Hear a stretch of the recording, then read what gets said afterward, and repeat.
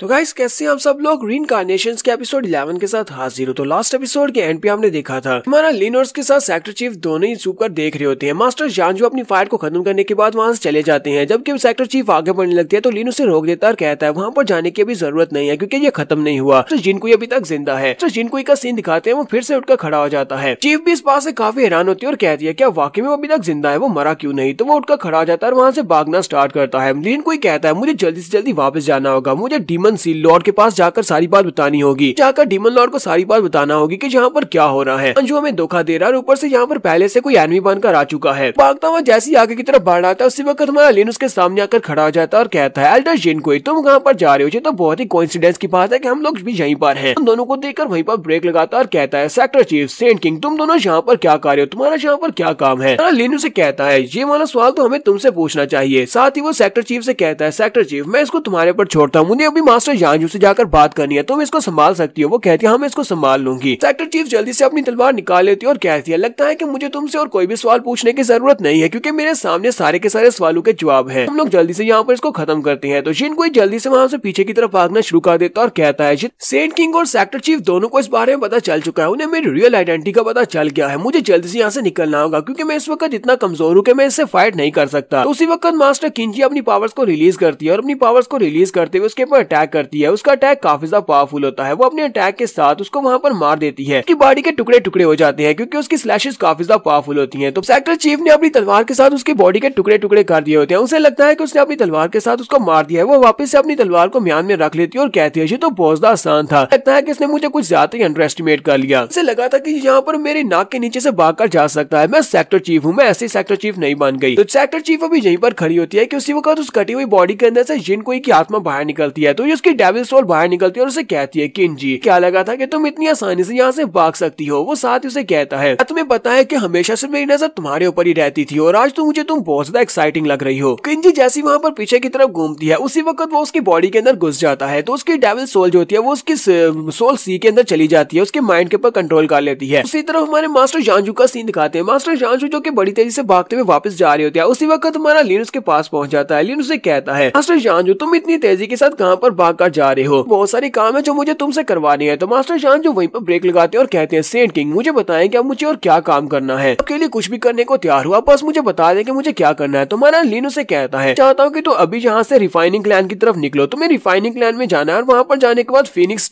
Spear को उठाकर लाना है क्योंकि तुम अभी अभी वहाँ पर जिनकोई को मार कर आ रहे हो। लेकिन असल बात तो यह है कि जिनकोई मरा नहीं है, वो अभी भी जिंदा है और मैं अभी जाकर उसको वहाँ पर मारने वाला हूँ। ये तुम्हारी एक बहुत बड़ी गलती थी। अगर वो वहाँ जिंदा रहता और तुम वापस डीमन सी लैंड में चला जाता है जहाँ से भी वो आया है, सुबह के वक्त ही तुम्हारा सर कट जाता, तुम यहाँ पर नहीं बच पाते। इसलिए जाओ जाकर मेरा ये वाला काम करके आओ। अंजू ये बात सुनने के बाद हैरान होते हैं और कहते हैं लेकिन मैंने तो उसे मार दिया था। साथ ही वो से कहता है ठीक है सेंट किंग प्लीज मुझे माफ कर दे, मेरे से बहुत बड़ी गलती हो गई। अच्छा ठीक है आपने मुझे जो भी कहा है वो मैं करके आऊंगा, इस बार मैं आपके लिए वो फीनिक्स स्पीयर लेकर आता हूँ। उसे कहते हैं तो फिर जाओ। तो हमारा लिन वहाँ से गायब हो जाता है। तो मास्टर जानजू भी वहाँ से निकल जाते हैं, रिफाइनिंग लैंड की तरफ चले गए वहाँ से उस फीनिक्स स्पीयर को लेने के लिए। लिन वहाँ से वापस सेक्टर चीफ के पास पहुंचता है। तो वहाँ पर मास्टर लिन कोई की बॉडी कटी पड़ी होती है जबकि मास्टर सेक्टर चीफ भी वहाँ पर बेहोश हो चुकी होती है। तो सेक्टर चीफ के बेहोश होने के बाद लिन कहता है कि यहाँ पर कुछ बहुत ही ट्रबलसम हुआ है। तो वो सेक्टर चीफ की तरफ देख के पहचान जाता है और कहता है इसकी डिवाइन सेंस को जिन कोई ने अपनी स्पेस के अंदर शक कर लिया है। इसका मतलब यह है कि उसे अपनी स्पेस के अंदर वो बहुत ज्यादा टॉर्चर कर रहा होगा। सीन में जिन कोई की स्पेस के अंदर का दिखाया जाता है, ये उसके माइंड के अंदर का सीन होता है। तो जहाँ पर सेक्टर चीफ को एक रस्सी के साथ बांधकर उल्टा लटका रखा होता है। तो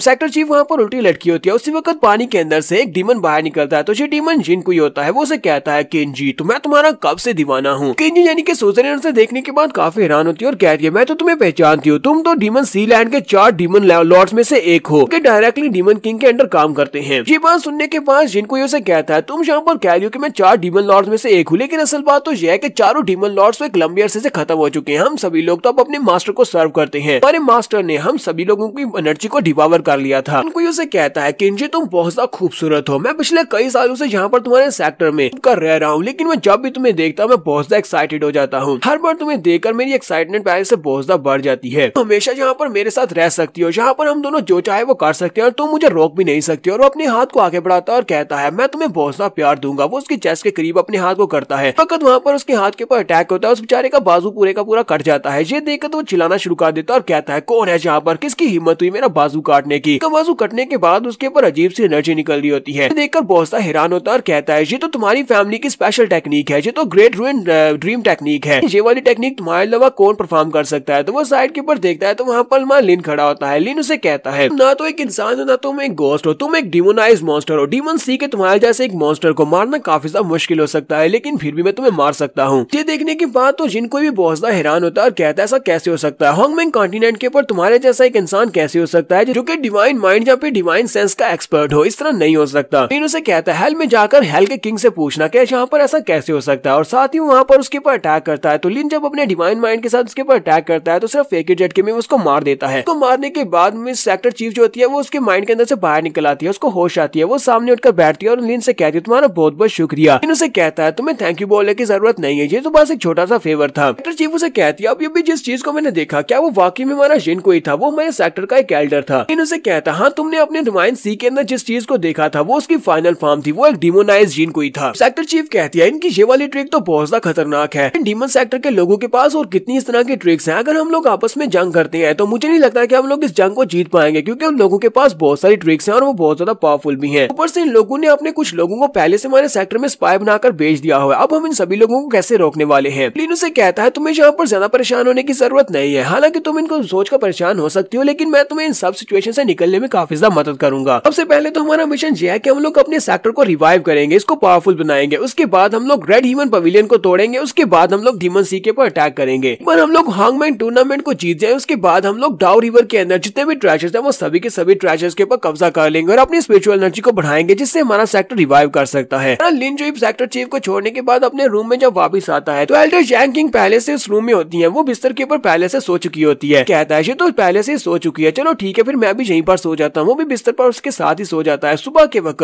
लिन उसे कहता है एल्डर जैंग सुबह हो गई है, तुम अभी तक सो क्यों रही हो, चलो जल्दी से उठ जाओ। वो उसके साथ ही लिपट कर सो रही होती है। जैसे वो उसे देखती है कि वो उसके साथ लिपटी है, वो शर्माना शुरू कर देती है और उसे कहती है तुम वापस कब आए और तुम बिस्तर के ऊपर क्यों आ गए। लिन उसे कहता है क्योंकि जब बिस्तर मेरा था तो मैं यहाँ पर सोऊंगा, तुम यहाँ पर पहले से थी। एल्डर जैंग उसे कहती है अच्छा ठीक है अब मैं जा रही हूँ, क्योंकि एल्डर जाओ जाओ आज यहाँ पर आने वाले हैं और उनको वेलकम करने के लिए किसी को जाना पड़ेगा। साथ ही वो सोच रही थी तो बहुत ही शर्म की बात है कि मैं इसके साथ इसी के बिस्तर पर सो गई। जब उठकर बाहर निकलती है तो बाहर जियांची पहले खड़ी होती है। जियांची उसे कहती है मास्टर आप यहाँ पर इस रूम में क्या कर रही है, मैं तो यहाँ पर सेंट किंग को मैसेज देने के लिए आई थी कि चीफ ने उन्हें बुलाया है। मास्टर जैंग उसे कहती है लड़की तुम यहाँ पर मेरे बारे में कुछ गलत तो नहीं सोच रही, मैं तो अभी भी तुमसे थोड़ी देर पहले यहाँ पर आई थी, मैं भी यहाँ पर सेंट किंग से ही बात करने के लिए आई थी। हमारा लिन भी उठकर बाहर आ जाता है और कहता है तुम दोनों लड़कियां यहाँ पर सुबह सुबह क्या कर रही हो। दोनों यहाँ पर आपस में बहस कर रही है और मैं यहाँ पर आराम से सो भी नहीं पा रहा। फिर साथ ही वो उनसे कहता है चलो जल्दी से वहाँ पर जाओ, क्योंकि गेट के पास आसमान का कलर चेंज हो रहा है, लगता है कि जाओ जाओ यहाँ पर आ चुका है, ह्यूमनली रेड पवेलियन का मास्टर यहाँ पर आ चुका है। सेक्टर चीफ और उसके साथ कुछ और एल्डर्स वहाँ पर पहले से मौजूद होते हैं उन लोगों को वेलकम करने के लिए। तो आसमान का कलर वहाँ पर चेंज होता है, वो लोग काले बादलों के ऊपर बैठ कर आते हैं। एल्डर जाओ जाओ और अपने साथ 4 डिसाइपल्स को लेकर आया था, वो वहाँ पर आता है और कहता है तो मैं यहाँ पर काफी अरसे के बाद आ रहा हूँ, सीनियर जाओ जाओ यहाँ पर अपने पुराने दोस्तों से मिलने के लिए आया है। मैंने तो ये बिल्कुल भी नहीं सोचा था कि सेक्टर चीफ खुद यहाँ पर मुझे वेलकम करने के लिए आएगी। ऐसे वो लोग यहाँ पर पहुँचते हैं तो सेक्टर चीफ उसे कहती है तुम ये बताओ कि तुम यहाँ पर करने के लिए क्या आए हो, हमारे सेक्टर में तुम्हारा क्या काम है, अचानक यहाँ पर विजिट करने का क्या मकसद है। जाओ जाओ उन लोगों से कहता है काफी अर्सा गुजर चुका है, मैं तुम लोगों को बहुत ज्यादा मिस कर रहा था, इसी वजह से मैं यहाँ पर आया हूँ। ये मत कहना कि तुम लोगों ने मुझे बिल्कुल भी मिस नहीं किया। और वो साथ ही वहाँ पर नीचे उतर आता है। नीचे उतरने के बाद सबसे पहले वो सेकंड पैलेस मास्टर के पास जाता है और उसे कहता है एल्डर जाओ मिंग, लास्ट टाइम जब हम लोग यहाँ पर थे मैंने तुम्हारे साथ स्पार मैच किया था, मुझे ये बताओ कि तुम्हें उस वक्त चोट लगी थी, क्या तुम्हारी वो चोटें ठीक हो गई हैं? मैंने पिछली बार तुम्हें कुछ ज्यादा ही जोर से मार दिया था। एल्डर जाओ मिंग उसे कहते हैं हाँ वो बस छोटी सी चोट थी, वो तो बिल्कुल जल्दी से ठीक हो गई थी, तुम्हें उसके बारे में परेशान होने की जरूरत नहीं है, अगर मैं चाहूँ तो फिर से तुमसे फाइट कर सकता हूँ। जाओ जाओ उसे कहता है हाँ क्यों नहीं, तो फिर एक बार हमारे बच्चों का यहाँ पर मैच हो जाए उसके बाद मैं तुम्हारे साथ जरूर फाइट करूंगा। बस सुनते ही सेक्टर चीफ चिल्लाकर उसे कहती है सेक्टर मास्टर जाओ जाओ अपनी बकवास बंद करो, ये बताओ कि तुम पर्सनली यहाँ पर क्या करने के लिए आए हो, तुम यहाँ पर हमारे एल्डर को उनको शर्मिंदा करने के लिए आए हो। एल्डर जाओ जाओ उनसे कहता है नहीं ऐसी बात बिल्कुल भी नहीं है, यहाँ पर आने का मकसद ये है कि मैं अपने साथ अपने रेड ह्यूमन पवेलियन के 4 सबसे बेकार स्टूडेंट्स को लेकर आया हूँ। ये अच्छे से ट्रेनिंग नहीं करते और ये बाकी के सभी से बहुत ज्यादा कमजोर है, इन्हें यहाँ पर लेकर आया हूँ ताकि ये तुम्हारे बच्चों के साथ स्पार करके ये देख सकेंगे तुम्हारे जो सेक्टर के लोग हैं, तुम्हारे सेक्टर के जो स्टूडेंट्स हैं वो कितने स्ट्रॉन्ग है, ताकि इनकी मोटिवेशन बढ़ सके। हमारे बच्चों के साथ फाइट करने के बाद इन्हें काफी कुछ सीखने को मिलेगा और उसके बाद इनकी मोटिवेशन बढ़ेगी और ये भी अच्छे से कल्टीवेट करेंगे। तो इन चारों बच्चों की तरफ भी दिखाते हैं। चारों बच्चों तो किसी भी एंगल से बिल्कुल बेकार तो बिल्कुल भी नहीं लगते, क्योंकि इन चारों को देखकर लगता है कि ये चारों काफी ज्यादा स्ट्रॉन्ग है, स्पेशली ये लड़की जिसके मसल वसल्स काफी ज्यादा अच्छे हैं। जहाँ पर हम लोग अपनी एपिसोड 11 का एंड करेंगे और नेक्स्ट एपिसोड में देखेंगे कौन से 4 यहाँ पर इन लोगों के साथ फाइट करने करने वाले हैं। एपिसोड की एक्सप्लेनेशन अच्छी लगी हो तो कमेंट करके जरूर बताइएगा। चैनल को सब्सक्राइब कर दे, वीडियो को लाइक और शेयर कर दें। शुक्रिया।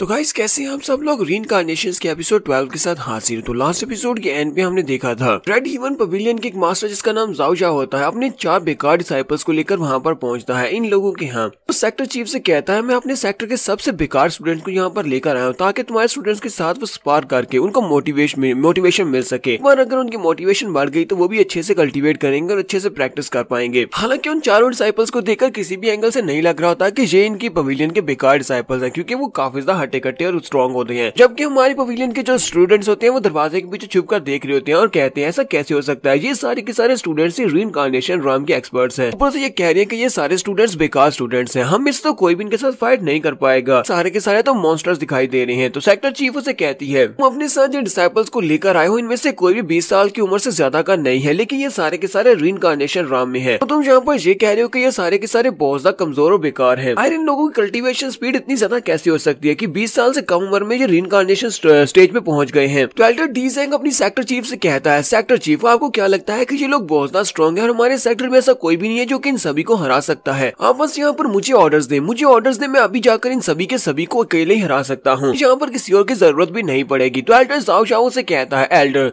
मुझे लगता है कि आपको यहाँ पर फाइट करने की कुछ ज्यादा ही जल्दी है, तो हम लोग यहाँ पर अपने स्टूडेंट्स की फाइट करवाना चाहते हैं, लेकिन अगर तुम्हें यहाँ पर फाइट करनी है तो फिर मैं तुम्हारे साथ फाइट कर सकता हूँ, मैं तुम्हारे साथ फाइट करूंगा और देखते हैं कि कौन यहाँ पर किसको अकेला हराता है। सुनते ही डी ज़ैंग भी काफी गुस्सा होते हैं, चिल्लाकर उसे कहते हैं तुम यहाँ पर मेरे हाथ से बिल्कुल भी नहीं बचोगे। ज़ैंग भी आगे हंसना शुरू कर देते हैं और कहते हैं तुम सभी लोग क्या जहाँ पर सिर्फ और सिर्फ चिल्लाकर ही अपनी मार्शल आर्ट्स को हमारे साथ कम्पीट करवाने वाले हो, या फिर तुम लोग यहाँ पर हमारे बच्चों के साथ कोई स्पार मैच करोगे भी या नहीं, क्योंकि हम लोग इतनी दूर से यहाँ पर तुम्हारी बातें सुनने के लिए तो बिल्कुल भी नहीं आए। हमारा लिंजुई भी वहाँ पर पहुंच जाता है। लिंजुई कहता है सेक्टर चीफ प्लीज मुझे माफ करना, मुझे आने में देर हो गई। सेक्टर चीफ हमारे लिंजुई की तरफ देखती है तो लिंजुई वहाँ पर पहुंच चुका है और लिंजुई वहाँ पर बड़े कॉन्फिडेंस के साथ खड़ा होता है। सेक्टर चीफ जब लिंजुई को इतना कॉन्फिडेंस में देखती है तो वो जाओ जाओ से कहती है अच्छा ठीक है, अब जबकि तुम यहाँ पर स्पार मैच के लिए आए हो तो फिर ठीक है, लोग भी यहाँ पर स्पार करेंगे। वो उन सभी लोगों से कहती है जल्दी से हम सभी लोग स्पारिंग स्टेज की तरफ चलते हैं और वहाँ पर जाकर देखते हैं कि कौन किसको हराने वाला है। इसमें स्पारिंग स्टेज का दिखाया जाता है, ये सभी लोग वहाँ पर पहुंच जाते हैं स्पारिंग अरीना के बाहर। जाओ जाओ कहता है सेक्टर चीफ मैंने आपके सुप्रीम एल्डर के बारे में एक बात सुनी है, क्या आपके सुप्रीम एल्डर ज़ांजू वो बहुत ज्यादा पावरफुल है, जहाँ तक कि उनका पावर लेवल भी आपके लेवल के बराबर आ चुका है, यानी कि आप दोनों पावर में एक दूसरे के बराबर ही हैं। मुझे वो यहाँ पर दिखाई क्यों नहीं दे रही, अगर वो भी यहाँ पर होते तो शायद मैं उनके साथ भी दो हाथ कर पाता। वो सोच रहे थे मुझे इतना पता है कि ज़ांजू किंजी को पसंद नहीं करते और इन दोनों में हमेशा झगड़ा चला रखता है, हो सकता है कि मैं यहाँ पर इस बात को करके इस बात को यूज कर सकूं। सेक्टर चीफ उसे कहती है हमारे मास्टर ज़ांजू को इस वक्त एक बहुत ही इंपॉर्टेंट मिशन के ऊपर भेजा गया है, वो एक बहुत ही जरूरी काम करने के लिए गए हैं, जल्दी वो भी यहाँ पर आ जाएंगे, तुम्हें उनके बारे में ज्यादा परेशान होने की जरूरत नहीं है। जो कहते हैं जब एल्डर ज़ांजू वहाँ पर नहीं है, यहाँ पर अपना टाइम वेस्ट नहीं करना चाहिए, हमें जल्दी से जल्दी यहाँ पर स्पार मैच को स्टार्ट करना चाहिए। तो यहाँ पर कौन पहले मैच करेगा, अपनी तरफ से एक लड़के जिसका नाम ज्यूक्यू होता है उसे कहता है ज्यूक्यू तुम जाओ जाकर पहले फाइट करो, इमॉर्टल फॉरगॉटन सेक्टर वालों को इस बारे में बता दो लोग कितने ज्यादा स्ट्रॉन्ग है और उन लोगों से अच्छे से गाइड होकर आना, यानी कि वो तुम्हें कुछ सिखाएं। तो ज्यूक्यू अपने मास्टर से कहती है ठीक है मास्टर मैं वहाँ पर जाकर फाइट करती हूँ, मैं आपको बिल्कुल भी डिसऑनर होने नहीं दूंगी, चाहे वहाँ पर मेरी जान क्यों ना चली जाए। ज्यूक्यू और रीना के सेंटर में चली जाती है और वहाँ पर जाने के बाद अपना नाम बताती है और अपने बारे में बताती है। वो उनसे कहती है मैं रेड हेवन पवेलियन की एक जूनियर डिसाइपल हूँ और मेरा कल्टीवेशन लेवल इस वक्त रीइंकार्नेशन राम के फर्स्ट लेवल पर है, यहाँ पर तुम्हारे लड़कों को चैलेंज करती हूँ, तुम में से कोई भी यहाँ पर आकर मेरे साथ स्पार कर सकता है। तो सभी लड़के बहुत ज्यादा घबरा जाते हैं और कहते हैं हम में से तो कोई भी वहाँ पर नहीं जाने वाला, ये लड़की तो देखने में एक मॉन्स्टर लगती है, जरा देखो तो उसके मसल्स कितने ज्यादा हैं, वो तो काफी ज्यादा हट्टी कट्टी है। एल्डर ज़ाओमिंग कहते हैं अब क्या, अब यहाँ पर हमारे पैलेस से कौन वहाँ पर जाने वाला है। एल्डर लियू से कहते हैं एल्डर लियू तुम्हारे पैलेस से कौन वहाँ पर जाएगा, तुम अपने स्टूडेंट्स को वहाँ पर भेजो। एल्डर लियू से कहते हैं मेरे स्टूडेंट्स में से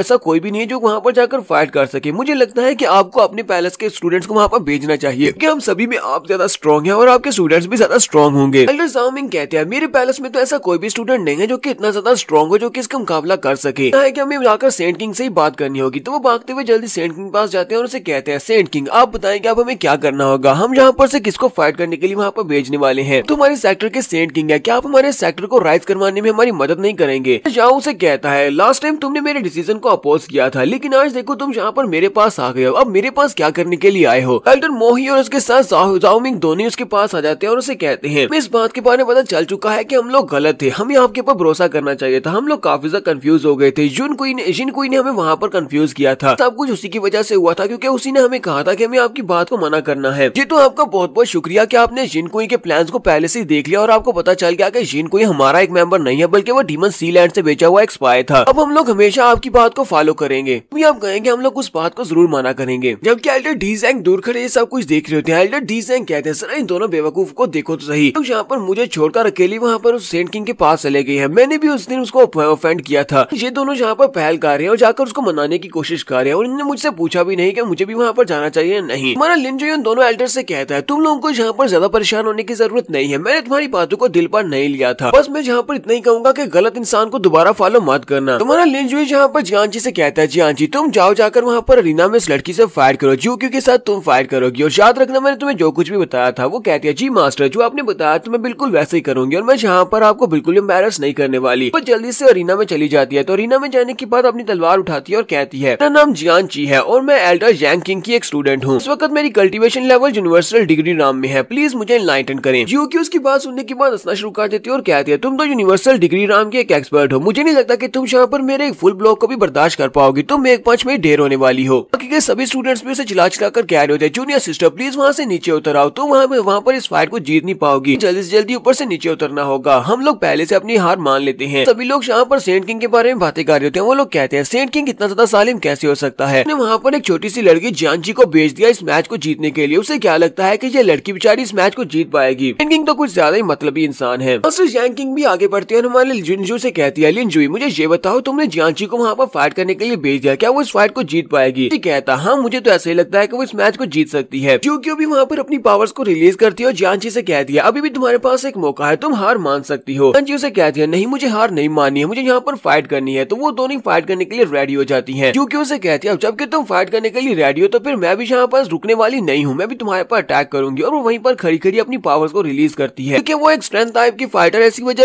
उसकी फिस्ट की पावर बहुत ज्यादा होने वाली है। वो अपनी फिस्ट में अपनी पावर को रिलीज करती है और सामने की तरफ एक पंच मारती है। पंच के अंदर से बहुत ही पावरफुल एनर्जी रिलीज होती है और एनर्जी से बना हुआ एक बड़ा सा पंच आगे की तरफ बढ़ता है। जियांची उसके पंच के सामने होती है, वहीं से वो जंप करते हुए उसके पंच को अवॉइड कर लेती है। वो उसके पंच के ऊपर वाली साइड से जंप करते हुए उसके पीछे चली जाती है और पीछे जाने के बाद वो अपनी तलवार को घुमाकर उसके ऊपर अटैक करने लगी है। जबकि ज्यूक्यू कहती है ये तो इतना बुरा नहीं था, तुमने बड़ी आसानी से मेरे अटैक को अवॉइड कर लिया। तो जियांची पीछे जाने के बाद अपनी तलवार को यूज करते हुए डेरिवेटिव स्वर्ड टेक्निक के 9 मूव को यूज करते हुए उसके ऊपर अटैक करती है। ज्यूक्यू से कहती है तुम्हें क्या लगा था कि तुम्हारी तलवार की पावर काफी ज्यादा होने वाली है और तुम आसानी से मेरे ऊपर अटैक कर पाओगी, लेकिन शायद तुमने ये नहीं सोचा था कि मेरे पास अपने डिफेंस टाइप के अटैक्स हैं। ऐसी हमारी जियांची अपनी तलवार के 9 मूव के साथ उसके ऊपर अटैक करती है तो ज्यूक्यू की बॉडी के इर्द-गिर्द एक बड़ी सी शील्ड बन जाती है और उसके सारे अटैक उसकी शील्ड के साथ टकराते हैं। जियांची वहाँ पर जल्दी से पीछे की तरफ जंप करती है और पीछे की तरफ फटने के बाद वो फिर से ह्यूमनली डेरिवेटिव स्वर्ड टेक्निक के 10th फॉर्म को यूज करने वाली है। तो अब वो यहाँ पर 10th फॉर्म को यूज करने वाली है। वो ज्यूक्यू के इर्द-गिर्द एक सर्कल में घूमना स्टार्ट करती है। वो बड़ी स्पीड से उसके इर्द-गिर्द भाग रही होती है। जियांची सोच रही होती है अब अगर मैं यहाँ पर इस मैच को जीतने वाली तो वो सिर्फ और सिर्फ इस मूव के ऊपर डिपेंड करता है। अगर मैंने इस मूव को अच्छे से एग्जीक्यूट किया तो मैं इस मैच को जीत जाऊंगी। तब क्या एल्डर जाओ शाओ बाहर खड़े हंस रहे होते हैं और कहते हैं तो बिल्कुल बेकार है, तुम चाहे यहाँ पर कितनी बार उसके ऊपर अटैक क्यों ना कर लो, ये हमारी फैमिली की एक बहुत ही स्पेशल टेक्निक है, इसको कॉन्ग डिफेंस टेक्निक कहा जाता है। तुम्हारी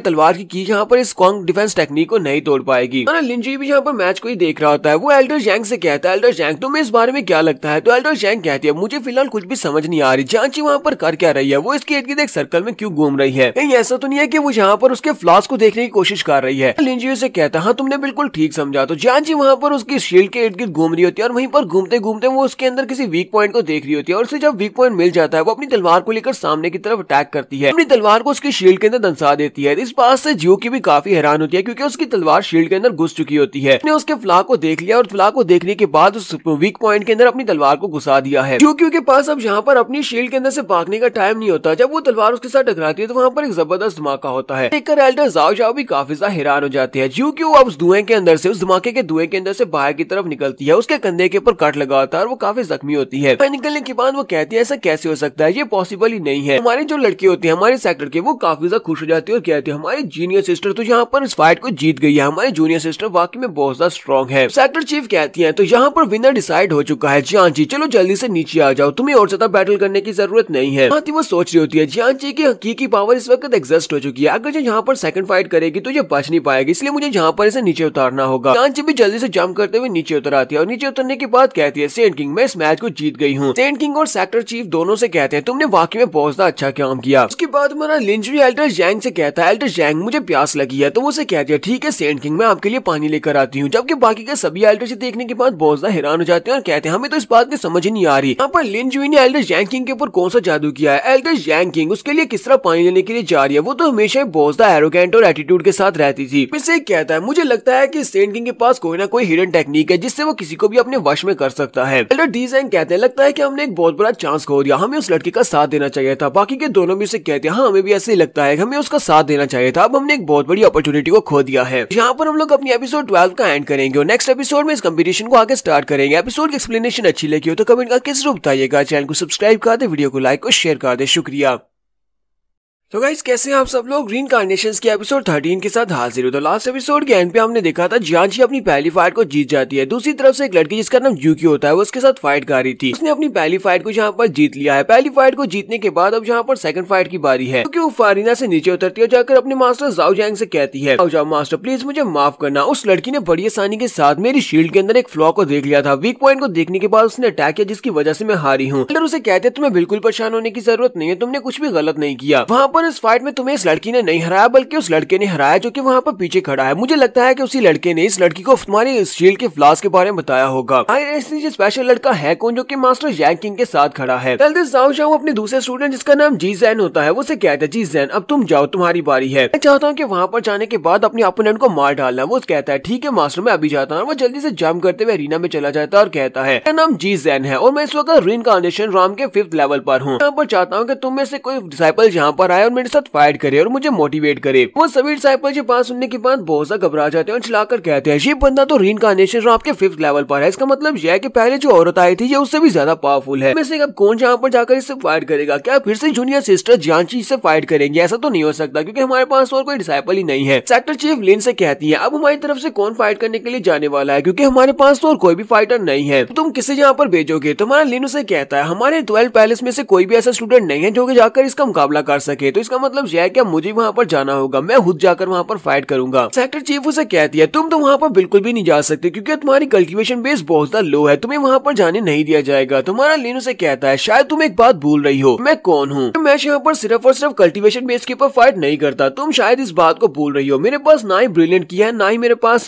कल्टीवेशन की पावर है, फिर भी यहाँ पर मैं इस फाइट को जीतने वाला हूँ। बात सुनने के बाद शांत हो जाती है। तुम्हारा लिंजुई जंप करते हुए रीना में चला जाता है और उसे कहता है चलो ठीक है पहला अटैक तुम करो। ठीक है सभी देखने वाले कहते हैं ये तो हमारे सेंट किंग है, हमारे सेंट किंग स्टेज के ऊपर क्यों चले गए हैं? सेंट किंग तो इतने पावरफुल नहीं होते जैसे कि हमारी प्रिंसेस जीजी है, उसकी कल्टीवेशन भी काफी ज्यादा लो है। सेंट किंग का काम ही क्या होता है यहाँ पर एक प्रिंस की तरह सारा दिन बिस्तर के ऊपर पड़े रहना और एंजॉय करना अपनी बहुत ही पावरफुल लाइफ को। जीजन हमारे लिंजुई के सामने खड़ा होकर अपनी पावर्स को रिलीज करता है। जब वो अपनी पावर्स को रिलीज करता है तो उसके पास काफी सारे डीमन पावर्स होती हैं। मास्टर जैंग किंग उसकी टेक्निक को देखने के बाद कहते हैं इसके पास तो एक अर्थ ग्रेड की हाई लेवल की कल्टीवेशन टेक्निक है। जीजन पहले वाली ज्यूक्यू से बहुत ज्यादा स्ट्रॉन्ग है। मास्टर लॉन्ग लिन से कहते हैं तुम्हें ज्यादा परेशान होने की जरूरत नहीं है, उसके सामने जो बंदा खड़ा है वो एक एक्सपर्ट है, यानी कि हमारा लिंजुई एक एक्सपर्ट है। जो वो टेक्निक यूज कर रहा है वो इस एक्सपर्ट के सामने बिल्कुल बेकार है। जीजन हमारे लिन से कहता है मैं यहाँ पर किसी ऐसे इंसान की जान नहीं लेता जो मुझे अपना नाम नहीं बताता, तो मुझे यहाँ पर अपना नाम बता दो ताकि मैं तुम्हें आसानी से मार सकूं और तुम्हें मारने के बाद मेरा नाम भी याद रख सकूं। हमारा लिंजुई से कहता है तुम तो यहाँ पर मरने वाले और मरने वाले इंसान को मेरा नाम जानने की क्या पड़ी है। जीजन उसके ऊपर अटैक करने के लिए आगे बढ़ता है और उसे कहता है लड़के तुम कुछ ज्यादा ही एरोगेंट हो, चलो देखते हैं कि आप यहाँ पर कौन किसको मारने वाला है क्योंकि तुम ही यहाँ पर मरने वाले हो। वो जब पंच मारने के लिए आगे बढ़ता है तो हमारा लिन बड़ी आसानी के साथ उसके पंच को अवॉइड कर लेता है। इस बात से वो भी हैरान होता है कि इसने इतनी आसानी से मेरे पंच को डॉज कैसे कर लिया। हमारा लिन जो इसके पंच को डॉज करता है उसकी पोजीशन कुछ ऐसी होती है कि उसके ऊपर बड़ी आसानी से अटैक किया जा सकता है। तो हमारा लिन अपने हाथ को ऊपर की तरफ उठाता है और उसे एक डबल पंच मारता है जिसके साथ वो वहीं पर ग्राउंड के ऊपर गिर जाता है। उसके मुंह से काफी सारा ब्लड निकलता है। सारे के सारे एल्डर देखने के बाद बहुत ज्यादा हैरान हो जाते हैं कि हमारे सेंट किंग इतने ज्यादा पावरफुल कैसे हो सकते हैं, सिर्फ एक ही अटैक में सामने वाले ओपोनेंट को ग्राउंड के ऊपर फेंक दिया है। तो एल्डर जाओ शाओ इस बात से बहुत ज्यादा हैरान होते हैं और उनके सारे स्टूडेंट्स भी काफी ज्यादा हैरान होते हैं। लिन जो ये मैदान में वहीं पर उसी तरह सही सलामत खड़ा होता है जबकि एक ही मूव में उसने जीजन को वहां पर ढेर कर दिया। जीजन ग्राउंड के ऊपर गिर जाता है। जीजन कहता है मुझे जल्दी से जल्दी पीछे की तरफ फटना होगा, ये बिल्कुल भी अच्छा नहीं है क्योंकि ये मुझसे ज्यादा स्ट्रॉन्ग है और इसके ऊपर मेरे टेक्निक की फ्लॉज को भी इसने देख लिया। जल्दी से जंप करते पीछे की तरफ फटता है। तुम्हारा लिन जो कहता है तुम्हें किसने कह दिया कि तुम फायर से भाग कर जा सकते हो? वहीं पर अपनी उंगली को सामने की तरफ करते हुए अपनी एनर्जी को को रिलीज करता है और उसकी बॉडी के अंदर एक होल बना देता है, इससे वो लड़का वहीं पर नीचे गिरता है। जीजन वहीं पर चिल्लाता हुआ ग्राउंड के ऊपर गिरता है और वहीं पर वो मर जाता है। मरने से पहले वो हमारे लिंजू से कहता है तुम हो कौन? लिनो से कहता है मैंने तुम्हें पहले नहीं कहा कि तुम्हें यहाँ पर कुछ भी नहीं बताने वाला, अगर तुम्हें मेरा नाम जानना है तो मरने के बाद हेल में जाकर हेल के किंग से पूछ लेना। फिर साथ ही वो अपनी एनर्जी को यूज करते हुए आसमान के ऊपर तलवारें बनाता है और वो तलवारें सीधी आकर जीजन की बॉडी के अंदर धंस जाती हैं और अब फाइनली जहाँ पर जीजन मर जाता है वो ग्राउंड के ऊपर गिरता है, उसकी बॉडी से काफी सारा ब्लड बहता है और वहीं पर मर जाता है। देखने के बाद जाओ जाओ बहुत सा गुस्सा हो जाता है। एल्डर जाओ जाओ कहता है तुम्हारी हिम्मत कैसे हुई, तुम लोगों ने हमारे एक स्टूडेंट की जान ले लिया, हम लोग तो यहाँ पर सिर्फ फाइट करने के लिए आए थे। लिनो से कहता है अब मुझे ये बताओ कि यहाँ पर आया कौन था, तुम खुद से यहाँ पर आए, खुद से तुमने आने के बाद यहाँ पर स्पार मैच की रिक्वेस्ट की थी, तो स्पार मैच के दौरान किसी की जान भी जा सकती है, क्या तुम्हें इस बारे में बिल्कुल भी नहीं पता था? तो एल्डर जाओ जाओ कहता है तो लगता है कि ये वही लड़का है जिसने उस लड़की को बताया होगा कि कोंग डिफेंस टेक्निक के अंदर फ्लास्क को कैसे ढूंढना है। कि हमारा लिंजू वहाँ पर खड़ा सोच रहा होता है, इसे क्या लगता है कि ये सब कुछ यहाँ पर खत्म होने वाला, अभी तो यहाँ पर मजा आने वाला है। एल्डर जाओमिंग कहते हैं इस लड़के की जो तलवारबाजी की कल्टीवेशन टेक्निक्स है वो तो बहुत ज्यादा अच्छी है, ऐसा नहीं है कि ये किसी से भी कम है, मुझे तो लगता है कि एल्डर जैंग किंग के बराबर ही है। जबकि एल्डर जैंग किंग उन लोगों से कहती है तुम्हें लगता है कि ये मेरी बराबरी पर है, मुझे लगता है कि ये मुझसे बहुत ज्यादा आगे निकल चुका है, क्योंकि पूरे के पूरे हांगमैंग कॉन्टिनेंट में ऐसा तलवारबाज कोई भी नहीं होगा जिसकी तलवारबाजी कल्टीवेशन लेवल इस लड़के के बराबर हो। ये तो एक एक्सपर्ट है। मास्टर लियू भी वहाँ पर खड़े सोच रहे होते हैं, मुझे तो लगा था कि हमारे सेंट किंग सिर्फ और सिर्फ दूर की बात को देख सकते हैं, इन्हें पता होता है कि आगे क्या होने वाला है, लेकिन मुझे ये नहीं पता था कि इनकी स्ट्रेंथ भी बहुत ज्यादा इनक्रेडिबल है, ये तो वाकई में सेंट किंग होने के लायक है। सेक्टर चीफ हमारे लिंजू से कहती है सेंट किंग चलो जल्दी से अब नीचे आ जाओ, तुम्हें और ज्यादा फाइट करने की जरूरत नहीं है। साथ ही वो सोच रही होती है मुझे लगता है कि इस बंदे को सबक मिल चुका है, अब जहाँ पर तीसरी फाइट के लिए बिल्कुल भी हामी नहीं भरेगा। लिंजू आगे बढ़ता है और जीजन की रिंग को उठा लेता है, जो उसकी स्टोरेज रिंग होती है, वो उसकी स्टोरेज रिंग को उठाकर अपने पास रख लेता है। कहता है अभी ये गेम खत्म नहीं हुई, तुम में से कोई और अगर फाइट करना चाहता है तो यहाँ पर आ सकता है, अगर तुम दोनों मिलकर फाइट करना चाहो तो तुम दोनों भी आ सकते हो। सभी लड़के बहुत ज्यादा हैरान होते हैं और कहते हैं कहीं हमारे सेंट किंग पागल तो नहीं हो गई जी, यहाँ पर दोनों कंटेस्टेंट को एक साथ फाइट करने के लिए बुला रहे हैं, क्या इनको वाकई में लगता है कि ये दो लोगों को अकेले हरा सकते हैं? दूसरी तरफ से वो दोनों ही लड़की काफी ज्यादा गुस्से में होते हैं, वो अपने मास्टर जाओ जाओ से कहते हैं मास्टर जाओ जाओ हमें वहाँ पर जाने दें, इन्होंने हमारे दोस्त जीजन को मार दिया है, जीजन को जान से मार दिया, हमें उसका बदला लेने दें, हम जाकर इस लड़के को मार डालते हैं। मुझे लगता है कि फ्यूचर में ये लड़का हमारे लिए मुसीबत बन सकता है, अगर हमने इसको यहीं पर मार दिया तो फ्यूचर की प्रॉब्लम को हल कर लेंगे। एल्डर जाओ जाओ लोगों से कहते हैं बेवकूफो, यहाँ पर तुम्हें जल्दबाजी करने की जरूरत नहीं है, ये लड़का तुम्हारी टेक्निक्स की फ्लॉज को बड़ी आसानी से पहचान सकता है, अगर तुम दोनों भी वहाँ पर जाते हो जाकर इस लड़के से फाइट करते हो तो मुझे लगता है कि तुम्हारी हालत भी जीजन जैसी होने वाली है, तुम भी वहीं पर ग्राउंड में तुम्हारी भी लाशें पड़ी होंगी। क्योंकि वो जल्दी से जंप करते हुए जीजन के पास चली जाती है, वो उसकी डेड बॉडी के पास जाती है और जाने के बाद कहती है मास्टर ये तो बिल्कुल बुरा है, जीजन की स्टोरेज रिंग इसके पास नहीं है, इसकी स्टोरेज रिंग गायब है। इसकी बात सुनने के बाद काफी हैरान होते हैं और कहते हैं इस बात का क्या मतलब है, उसके पास उसकी स्टोरेज रिंग नहीं है। तो हमारे लिन ने उस स्टोरेज रिंग को अपने हाथ में पकड़ा था और कहता है तुम लोग यहाँ पर स्टोरेज रिंग की बात कर रहे हो, मुझे ये बताओ कि तुम लोग यहाँ पर फाइट करोगे या नहीं करोगे। तो उसके हाथ में वो स्टोरेज रिंग को देखते हैं तो वो काफी ज्यादा हैरान होते हैं। लिंजू उनसे कहता है मैं यहाँ पर कब से खड़ा हूँ, तो क्या तुम चाहते हो कि मैं सारा दिन यहीं पर अरीना के सेंटर में खड़ा रहूं? अब मुझे जल्दी से बताओ क्या कि तुम लोग मुझसे फाइट करने वाले हो या नहीं करने वाले। जाओ चिल्लाकर उसे कहती है सेक्टर चीफ ये क्या बकवास हो रही है, तुम्हारे इस लड़के ने पहले हमारे एक लड़के की जान ले ली और उसके बाद अब चोरी भी कर लिया, उसके पास उसकी स्टोरेज रिंग को चोरी किया है,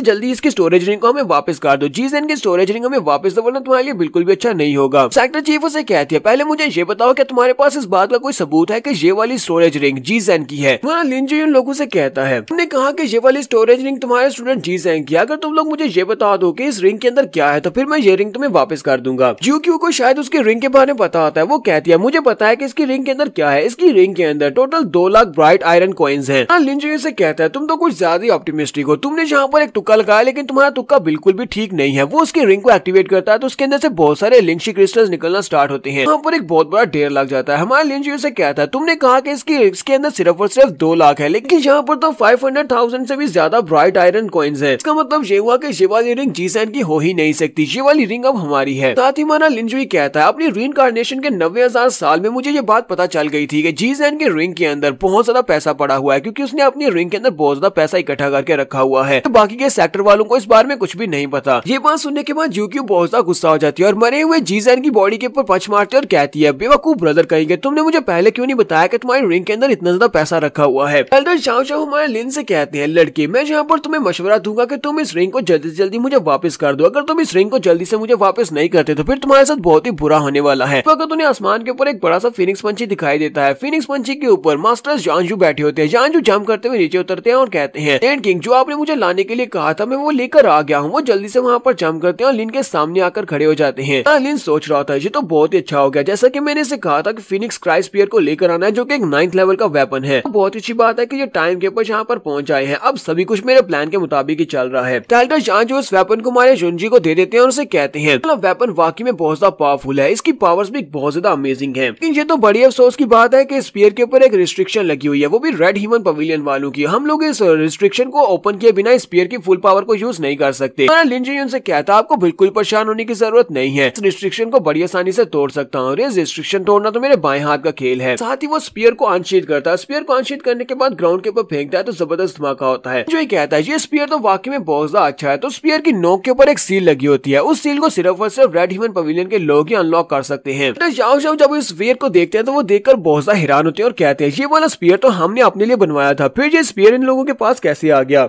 ये वाला स्पीयर तो रिफाइनिंग क्लैन वालों ने हमारे रेड ह्यूमन पवेलियन के लिए गिफ्ट के तौर पर बनाया था और वो ये गिफ्ट के तौर पर आज हमें देने वाले थे। मैं यहाँ पर इस गिफ्ट को लेने के लिए यहाँ पर आया था, लेकिन मैंने सोचा कि पहले यहाँ पर इन लोगों से आकर फाइट कर लेते हैं, थोड़ा मजा कर लेते हैं। यहाँ पर हम लोग अपनी एपिसोड 13 का एंड करेंगे और नेक्स्ट एपिसोड में देखेंगे हमारा लिनजुई कैसे स्पीयर के ऊपर से सील को हटाने वाला है। एपिसोड की एक्सप्लेनेशन अच्छी लगी हो तो कमेंट करके जरूर बताइएगा। चैनल को सब्सक्राइब कर दे, वीडियो को लाइक और शेयर कर दे। शुक्रिया।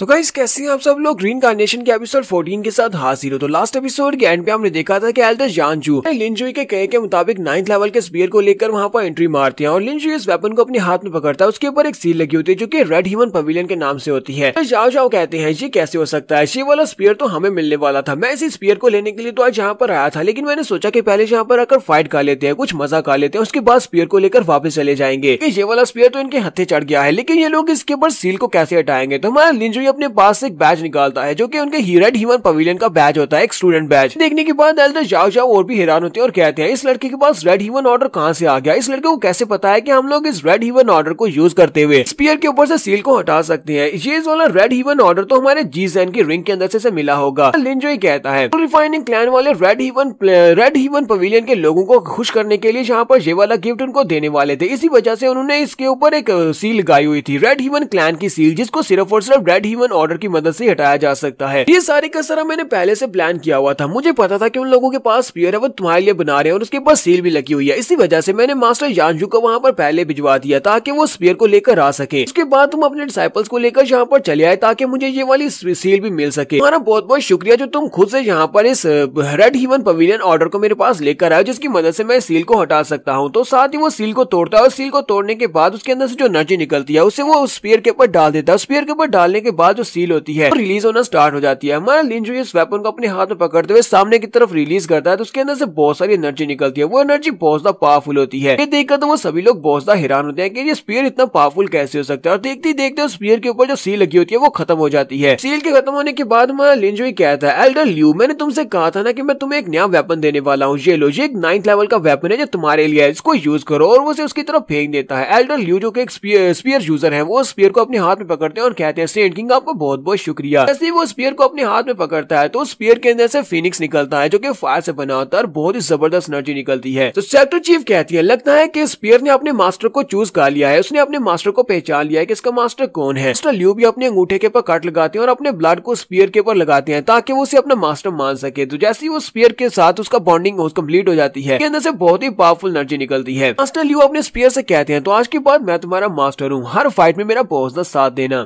एल्डर जाओ जाओ सोच रहे होते हैं मुझे सबसे पहले टूल रिफाइनिंग सेक्टर में जाना चाहिए था और वहां पर जाने के बाद अपने स्पीयर को लेना चाहिए था। वैंगजियन क्लैन के लोग तो ये बहुत ज्यादा होशियार निकले। इन लोगों ने जहाँ पर ये सारा कुछ प्लान किया हुआ था और इन्हें बड़ी आसानी के साथ हमारे हाथ से हमारी चीजें छीन ली हैं। एल्डर डीजेंग और एल्डर जामिंग दोनों एक दूसरे के साथ लिपट कर कहते हैं मुझे लगता है कि आज के बाद हमें भी सेंट किंग के साथ अच्छे से पेश आना होगा। क्या पता खुश होने के बाद वो हमें भी यहाँ पर इस तरह का एक पावरफुल 9th लेवल का वेपन दे दें। आज के बाद का हमारा मिशन है कि हमें उनके साथ बहुत ही प्यार से पेश आना है। लियू अपनी पावर्स को रिलीज करने के बाद अब आगे बढ़ते हैं ना कहते हैं अब अगर यहाँ पर एल्डर जाओ जाओ खुद भी मुझसे फाइट करना चाहे तो मैं उनको भी हरा सकता हूँ क्योंकि मेरे पास अब इतनी ज्यादा पावर आ चुकी है, मेरा वेपन बहुत ज्यादा पावरफुल है। तो एल्डर लियू आगे बढ़ते हैं और लिन से कहते हैं कि आपको यहाँ पर मेरी हेल्प की जरूरत है, अगर आप चाहो तो मैं इन सभी लोगों को सिर्फ एक ही झटके में मार सकता हूँ। मास्टर लॉन्ग लिन भी उसे कहते हैं हाँ यहाँ पर मैं भी फाइट करने को रेडी हूँ, अगर तुम चाहो तो मैं भी फाइट करूंगा। बात सुनने के बाद एल्डर जाओ जाओ कहते हैं ऐसा कैसे हो सकता है, ये सभी लोग तो यहाँ पर फाइट करने के लिए रेडी हो चुके हैं। लिन उन दोनों को वहीं पर रोक देता और कहता है नहीं नहीं, मुझे लगता है कि ये लोग शायद से जाने वाले हैं। साथ ही हमारा लिन उन लोगों को धमकी भी दे देता है। वो उनसे कहता है दोबारा हमारे वैक्सियन क्लैन को छूने की कोशिश भी मत करना, यहाँ पर हमारे करीब भी मत आना। अगर तुमने इस बारे में सोचा भी तो तुम्हारी किस्मत बहुत ज्यादा बुरी हो जाएगी, इतनी ज्यादा बुरी हो जाएगी कि तुम्हारा रेड हेवन पवेलियन से बचेगा ही नहीं। एल्डर जाओ जाओ उसे कहते हैं मैं इस बात को हमेशा याद रखूंगा, आप मुझे ये बताओ क्या मैं तुम्हारा नाम जान सकता हूँ। तुम्हारा लिन उसे कहता है नहीं, तुम मेरा नाम जानने के लायक नहीं हो, चलो यहाँ से दफा हो जाओ। एल्डर जाओ जाओ बहुत ज्यादा शर्मिंदा होने के बाद अपने बचे हुए 3 डिसाइपल और एक डिसाइपल की लाश लेकर वहाँ से वापस की तरफ निकल जाते हैं, जबकि हमारे स्टूडेंट्स बहुत ज्यादा खुश हो जाते हैं और कहते हैं सेंट किंग वाक में बहुत ही महान इंसान है, इन्होंने हमें यहाँ पर एक बहुत ही बड़ी फाइट को जितवा दिया। सेक्टर चीफ आगे बढ़ती है और लिन से कहती है लगता है कि तुम्हें टूल रिफाइनिंग सेक्टर वालों के बारे में पहले से पता था कि वो लोग स्पीयर बना रहे हैं। हमारा लिन उसे कहता है तुम्हें ये सब के बारे में मेरी तारीफ करने की जरूरत नहीं है, बल्कि एल्डर जानजू की जाकर तारीफ करो, क्योंकि उन्हें इस सेक्टर के बारे में पहले से पता था। ये सब कुछ तो उन्हीं की वजह से पॉसिबल हो पाया है। जानजू वहाँ पर सोच रहे होते हैं ये यहाँ पर क्या कर रहे हैं, लगता है कि ये मेरे और किंजी के रिलेशनशिप को बेहतर करने के लिए सब कुछ कर रहे हैं। ऊपर से ये दोनों इस तरह बात कर रहे हैं, मुझे लगता है कि इन दोनों के दरमियान में रिलेशनशिप कोई ऑर्डिनरी रिलेशनशिप नहीं है। इसका मतलब यह है कि हमारे डीमन सी लैंड का जो मकसद है वो बहुत ही जल्दी पूरा होने वाला है। मैं इस मिशन को पूरा नहीं कर सका तो हमारे एनवॉय इस मिशन को जरूर पूरा करेंगे। एक्टर चीफ उसे कहती है एल्डर जानजू आपने यहाँ पर एक बहुत ही अच्छा काम किया है, आपके अचीवमेंट्स को देखते हुए मुझे लगता है कि आपके मेरिट्स के मुताबिक आपको रिवार्ड दिया जाएगा। आप मुझे बताएं कि अगर आपको किसी चीज की जरूरत हो आप मुझसे रिक्वेस्ट कर सकते हैं। और साथ ही वो सोच रही होती है कि लिन जो चाहता है कि मैं एल्डर जानजू के साथ बहुत ही अच्छे से पेश आऊं ताकि मैं मदद करूं उसको यहाँ पर छुपे रहने में और उसे लगे कि यहाँ पर उनके ताल्लुकात अच्छे होते जा रहे हैं। सुप्रीम एल्डर जानजू से कहते हैं सेक्टर चीफ आपको ये कहने की जरूरत नहीं है, हमारे सेक्टर की जो प्रॉब्लम है वो मेरी भी प्रॉब्लम है। साथ ही वो सोच रही होती है मुझे इस बात के ऊपर भरोसा करना ही होगा कि सेंट किंग ने मुझे वो एंटीडोट दी थी, मुझे लगता है कि यही डीमन सी लैंड से आया हुआ एनवी है, मुझे इसके ऊपर हर बात के ऊपर भरोसा करना पड़ेगा, यही मुझे अचीवमेंट्स दिलवाएगा। हमारा लिन जी इन लोगों से कहता है ये वाली सिचुएशन यहाँ पर तो सेटल हो चुकी है लेकिन ये मसला भी बहुत ज्यादा बड़ा है। वो सभी एल्डर से कहता है सभी एल्डर्स मेरे साथ आओ, मुझे तुम लोगों के साथ कुछ बहुत ही जरूरी बातें डिस्कस करनी है। वो उन सभी को लेने के बाद अंदर रूम के अंदर चला जाता है। मेन हॉल के अंदर जाने के बाद अपने पास एक पेपर निकालता है, पेपर के अंदर कुछ चीजें लिखता है। वो एक लिस्ट बनाकर उन लोगों से कहता है मैं चाहता हूँ कि होंगमेंग बैटल के स्टार्ट होने से पहले तुम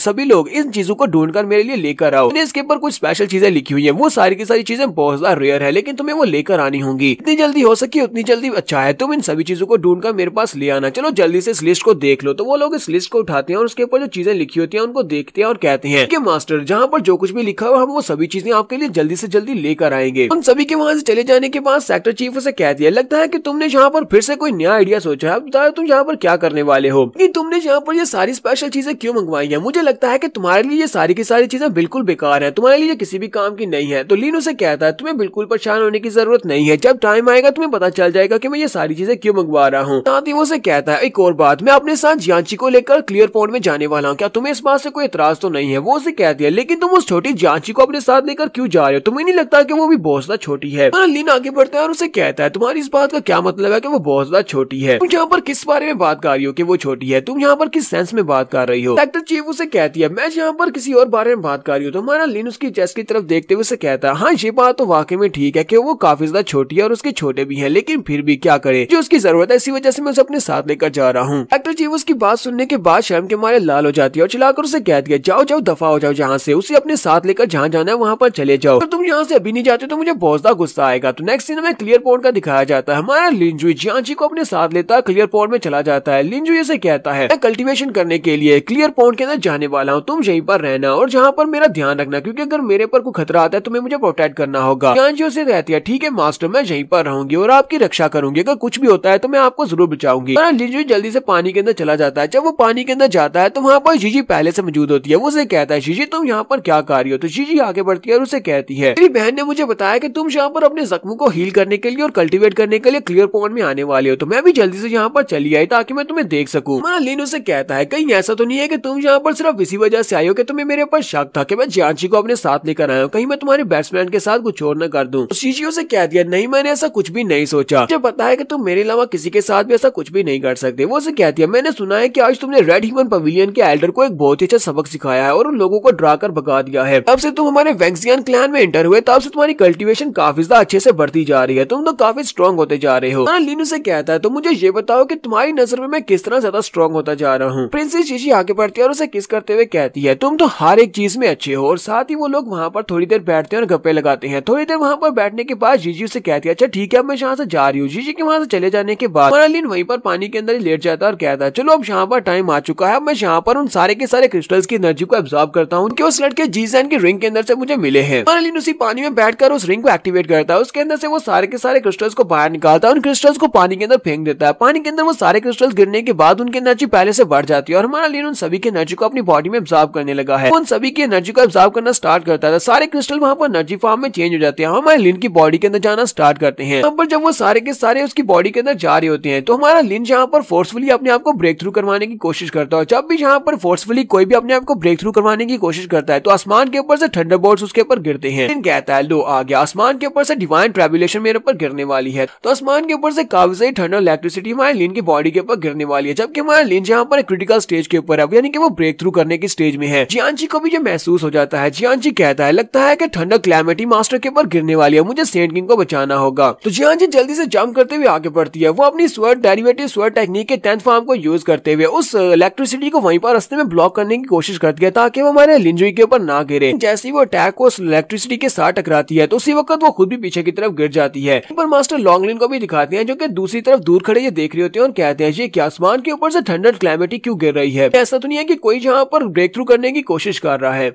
लगता है तो ऐसा है जैसे हमारे सेंट किंग यहाँ पर फोर्सफुली अपने आप को ब्रेक थ्रू करवाने की कोशिश कर रहे हैं। सेक्टर चीफ को भी यहाँ पर कुछ महसूस होता है। सेक्टर चीफ कहती है यहाँ पर बहुत ही पावरफुल थंडर कैलेमिटी गिरी है, यानी कि थंडर इलेक्ट्रिक बोल्ट्स नीचे की तरफ गिर रहे हैं। लगता है कोई रीइंकार्नेशन राम में ब्रेक थ्रू कंप्लीट कर रहा है। जियांजी ने यहाँ पर अपना काम पूरा कर दिया, उस थंडर इलेक्ट्रिसिटी को वो थोड़ा बहुत ब्लॉक करती है, जबकि बाकी के सभी को हमारा लिनजुई अपने हाथ को ऊपर उठाकर उसको ब्लॉक कर लेता है। उसके बाद वो सामने की तरफ देखता है कि जियांजी ऊपर से नीचे की तरफ गिर गया। वो जल्दी से जंप करते हुए आगे बढ़ता है, जियांजी को कैच करते हुए वहाँ पर ग्राउंड के ऊपर बिठा देता और कहता है तुम ठीक हो। जी कहती है हाँ बिल्कुल ठीक हूँ। लिन उसे कहता है आप यहाँ पर चुपचाप मेरे सामने बैठ जाओ, मैं यहाँ पर इसी थंडर कैलेमिटी को यूज करते हुए तुम्हें भी ब्रेक थ्रू करवाऊंगा। मैं चाहता हूँ कि तुम स्वर्ड कल्टीवेशन में एक और ब्रेक थ्रू कंप्लीट करो, तो हम दोनों को यहाँ पर कुछ ना कुछ तो फायदा हो। उसे वहीं पर अपने सामने बिठा लेता है और साथ ही अपनी एनर्जी को भी उसकी बॉडी के अंदर इम्ब्यूट कर रहा होता है ताकि उसे ब्रेक थ्रू करवा सके। तो यहाँ पर हम लोग अपनी एपिसोड 14 का एंड करेंगे। एपिसोड की एक्सप्लेनेशन अच्छी लगी हो तो कमेंट करके जरूर बताइएगा। चैनल को सब्सक्राइब कर दे, वीडियो को लाइक और शेयर कर दे। शुक्रिया।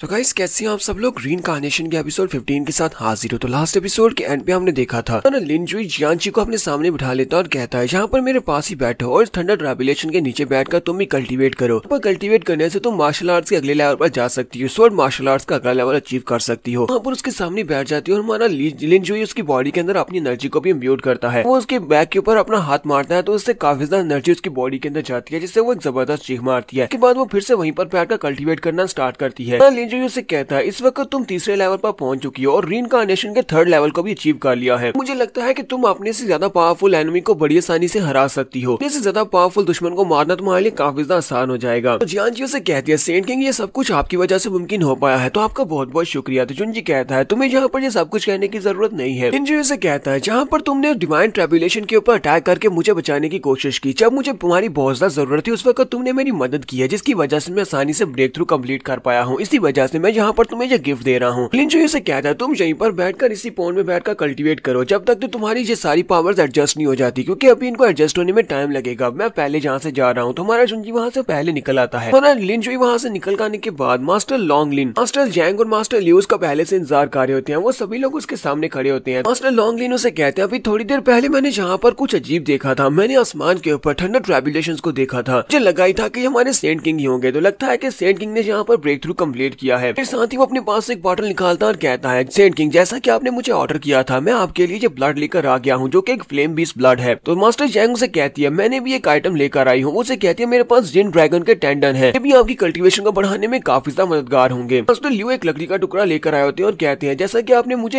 एक ट्रंक लाने के लिए कहा था, ये हीवनली डाउ ट्री का एक ट्रंक है, मैं आपके लिए लेकर आया हूँ। तो हमारा लिन उनसे कहता है आपका बहुत बहुत शुक्रिया, आप लोगों ने बहुत ज्यादा मेहनत किया और वो सारी चीजें ढूंढ निकाली है जो मैंने लिस्ट के ऊपर लिखी थी। और साथ ही वो सोच रहा होता है ये तो बहुत ही अच्छी बात है कि ये सारे के सारे मटेरियल्स इनको मिल गए हैं, ये सारे मटेरियल्स कल्टीवेशन को बड़ी तेजी के साथ बढ़ा सकते हैं, लेकिन मैं इनको अपनी कल्टीवेशन के लिए यूज नहीं करने वाला बल्कि इनको किसी और मकसद के लिए यूज करूंगा। लिन उनसे तीनों आइटम्स को लेने के बाद सीधा मेन हॉल में जाता है जहाँ पर मास्टर बैठी होती है, सेक्टर मास्टर बैठी होती है। सेक्टर मास्टर के पास आता है तो सेक्टर मास्टर उसे कहती है तो फाइनली तुम यहाँ पर आ ही गए। सेक्टर चीफ भी उसके लिए एक आइटम का बंदोबस्त करके लाई होती है। उसके पास एक डैगर होता है, डैगर के साथ एक टेलिस्मन होता है। वो उसे कहती है तुमने जो चीजें मुझे कही थी वो मैंने रेडी कर दी है। लिन उनके पास से उस तलिस्मान को उठाता है और उसे कहता है हालांकि इस लाइफ एंड डेथ तलिस्मान की क्वालिटी काफी ज्यादा बुरी है, लेकिन फिर भी मैं इसको यूज कर सकता हूँ। साथ ही लिन उसे कहता है मुझे लगता है कि इस वक्त तुम्हारे जहन में कुछ सवाल होंगे, तुम जो सवाल पूछना चाहती हो वो पूछ सकती हो। सेक्टर चीफ उसे कहती है तुम्हें ये सारे के सारे मटेरियल्स किस लिए चाहिए थे? क्योंकि मैंने सारी की सारी बुक्स को चेक कर लिया और उन बुक्स के अंदर अगर इन सारे मटेरियल्स को इकट्ठा किया जाए तो उनसे एक ही मेथड कंप्लीट किया जा सकता है। कहीं तुम यहाँ पर वो मेथड तो नहीं यूज करने वाले? उनसे कहता हाँ तुमने बिल्कुल ठीक गैस किया, हाँ मैं वही काम करने वाला हूँ जो तुमने गैस किया है। यहाँ पर एक बहुत ही हाई ग्रेड का पपेट बनाने वाला हूँ, वो पपेट इस टूर्नामेंट में हमारे काम आएगा। लिन वहीं पर अपनी फायर को एक्टिवेट करता है और उन सारे मटेरियल्स को मिक्स करके वो यहाँ पर एक पपेट बनाने वाला है। इसी के साथ ही वो पपेट बनाने की प्रिपरेशंस को तैयार करता है। इसके साथ वो अपनी उंगली के ऊपर कट लगाकर उसका ब्लड भी शामिल करता है। अपने ब्लड को शामिल करने के बाद लकड़ी और टेंडर और साथ में उस ब्लड को जो कि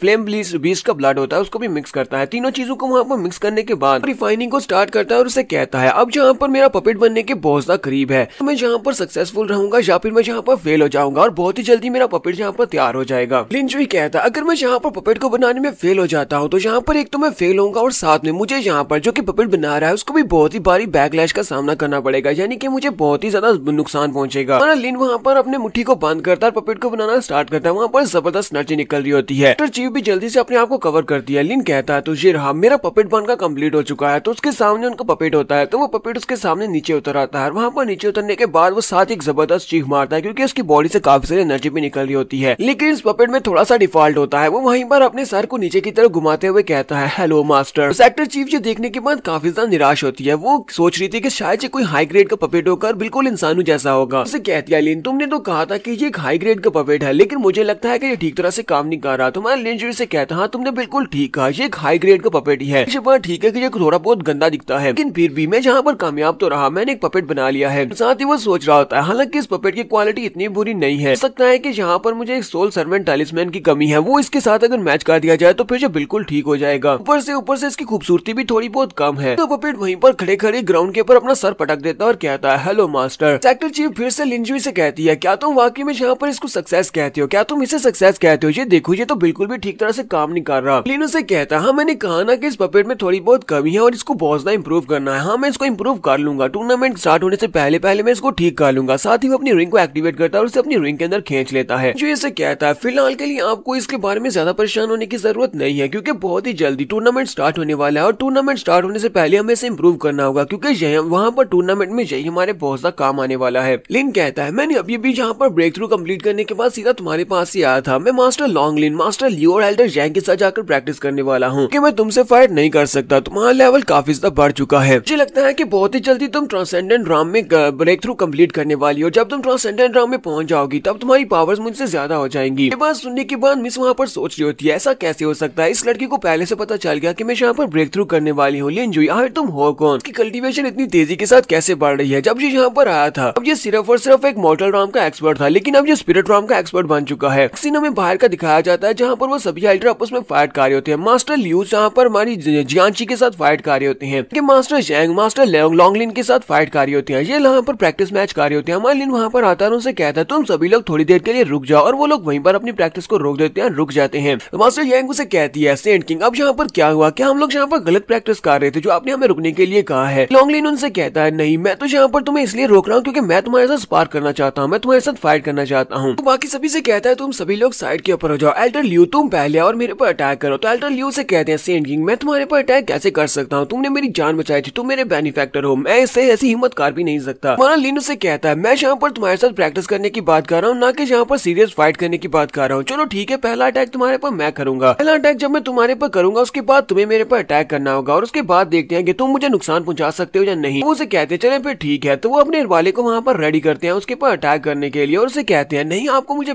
पहला अटैक करने की जरूरत नहीं है, मैं आपके पर पहला अटैक करता हूँ। हमारे लिन जुई के पर अटैक करने के लिए जब अपने बाले के साथ उसके पर अटैक करता है तो हमारा लिन अपनी दो उंगलियों को यूज करते हुए उसके बाले को वहीं पर रोक लेता है। देखने के बाद वो सभी लोग बहुत ज्यादा हैरान हो जाते हैं। लिन उसे कहता है एल्डर लियू मुझे लगता है कि तुम अपनी फुल पावर्स को यूज नहीं कर रहे, तुम्हें फुल पावर्स को यूज करना चाहिए। एल्डर लियू पीछे हटता है और अपनी पावर्स को रिलीज करते हुए कहता है अच्छा ठीक है, तो फिर अपना ख्याल रखना क्योंकि अब मैं यहाँ पर फुल पावर्स को यूज करने वाला हूँ। तो अपने बाले की फुल पावर्स को यूज करते हुए हमारे लिन के ऊपर अटैक करने के लिए जब आगे बढ़ता है तो लिन बड़ी आसानी से उसके अटैक को डॉज कर लेता है और साथ ही उसके बाले को हैंड से पकड़ लेता है और उसके बाले को पकड़ने के बाद अपनी उंगली को उसके माथे के सामने करता है। अपनी उंगली उसके माथे के सामने जब करता है तो उसकी फोर्स के साथ एल्डर लियू पीछे की तरफ गिर जाते हैं, वो काफी दूर जाकर गिरते हैं। जबकि हमारे लिन ने उनके हाथ से उनका बाला छीन लिया है। वो उनका बाला छीनने के बाद उनके सामने खड़ा होता है। मास्टर लियू के माथे के ऊपर चोट लगी होती है। मास्टर लियू कहते हैं ये इतना ज्यादा स्ट्रॉन्ग कैसे हो सकता है, दिखने में तो ये बिल्कुल भी इतना स्ट्रॉन्ग नहीं लगता। लिन उनसे कहता है चलो ठीक है, अब तुम सभी लोग एक साथ मेरे पर अटैक करने के लिए आगे बढ़ो, अब मैं स्पीयर को यहाँ पर यूज करने वाला हूँ। मास्टर लियू चिल्लाकर उसे कहते हैं सेंट किंग, इस बाले ने तो पहले से अपने मास्टर को चूज कर लिया हुआ है, अगर आप इस बाले को फोर्सफुली यूज करने की कोशिश करेंगे तो आपको बैकलैश की वजह से काफी जख्मी हो सकते हैं, ये बाला आप यूज नहीं कर पाएंगे। तो हमारा लिन उसे कहता है तुम्हें बिल्कुल परेशान होने की जरूरत नहीं है, तुम्हें यहाँ पर इस बारे में परेशान होना चाहिए कि तुम अपने बाले को मेरे हाथ से वापस कैसे छीनने वाले हो, क्योंकि बाला तो मेरे पास है, तुम्हें ये वापस तो चाहिए होगा। तो बाकी के एल्डर्स भी आगे बढ़ आते हैं और कहते हैं चलो फिर ठीक है, हम लोग भी मिलकर अटैक करते हैं। उस बाले को अपने हाथ में पकड़ता और कहता है अब जरा गौर से देखना मैं यहाँ पर क्या करने वाला हूँ। अपने बाले को लेकर बड़ी स्पीड के साथ उनके बीच से गुजर जाता है। जब वो उनके ऊपर अटैक करते हुए उनके बीच से गुजर रहा होता है, वहाँ पर से काफी सारी एनर्जी निकलती है, वो एनर्जी उस बाले की वजह से निकल रही होती है। और हमारा लिन जो ही कहता है तुम्हें पता है कि 3 फंडामेंटल बैलेंस कल्टीवेशन मेथड क्या है, तुम्हें पता है कि इस वक्त मैं स्पिरिट कल्टीवेशन राम में हूँ, लेकिन स्पिरिट कल्टीवेशन राम में भी ये वाली पावर इतनी ज्यादा नहीं है जो कि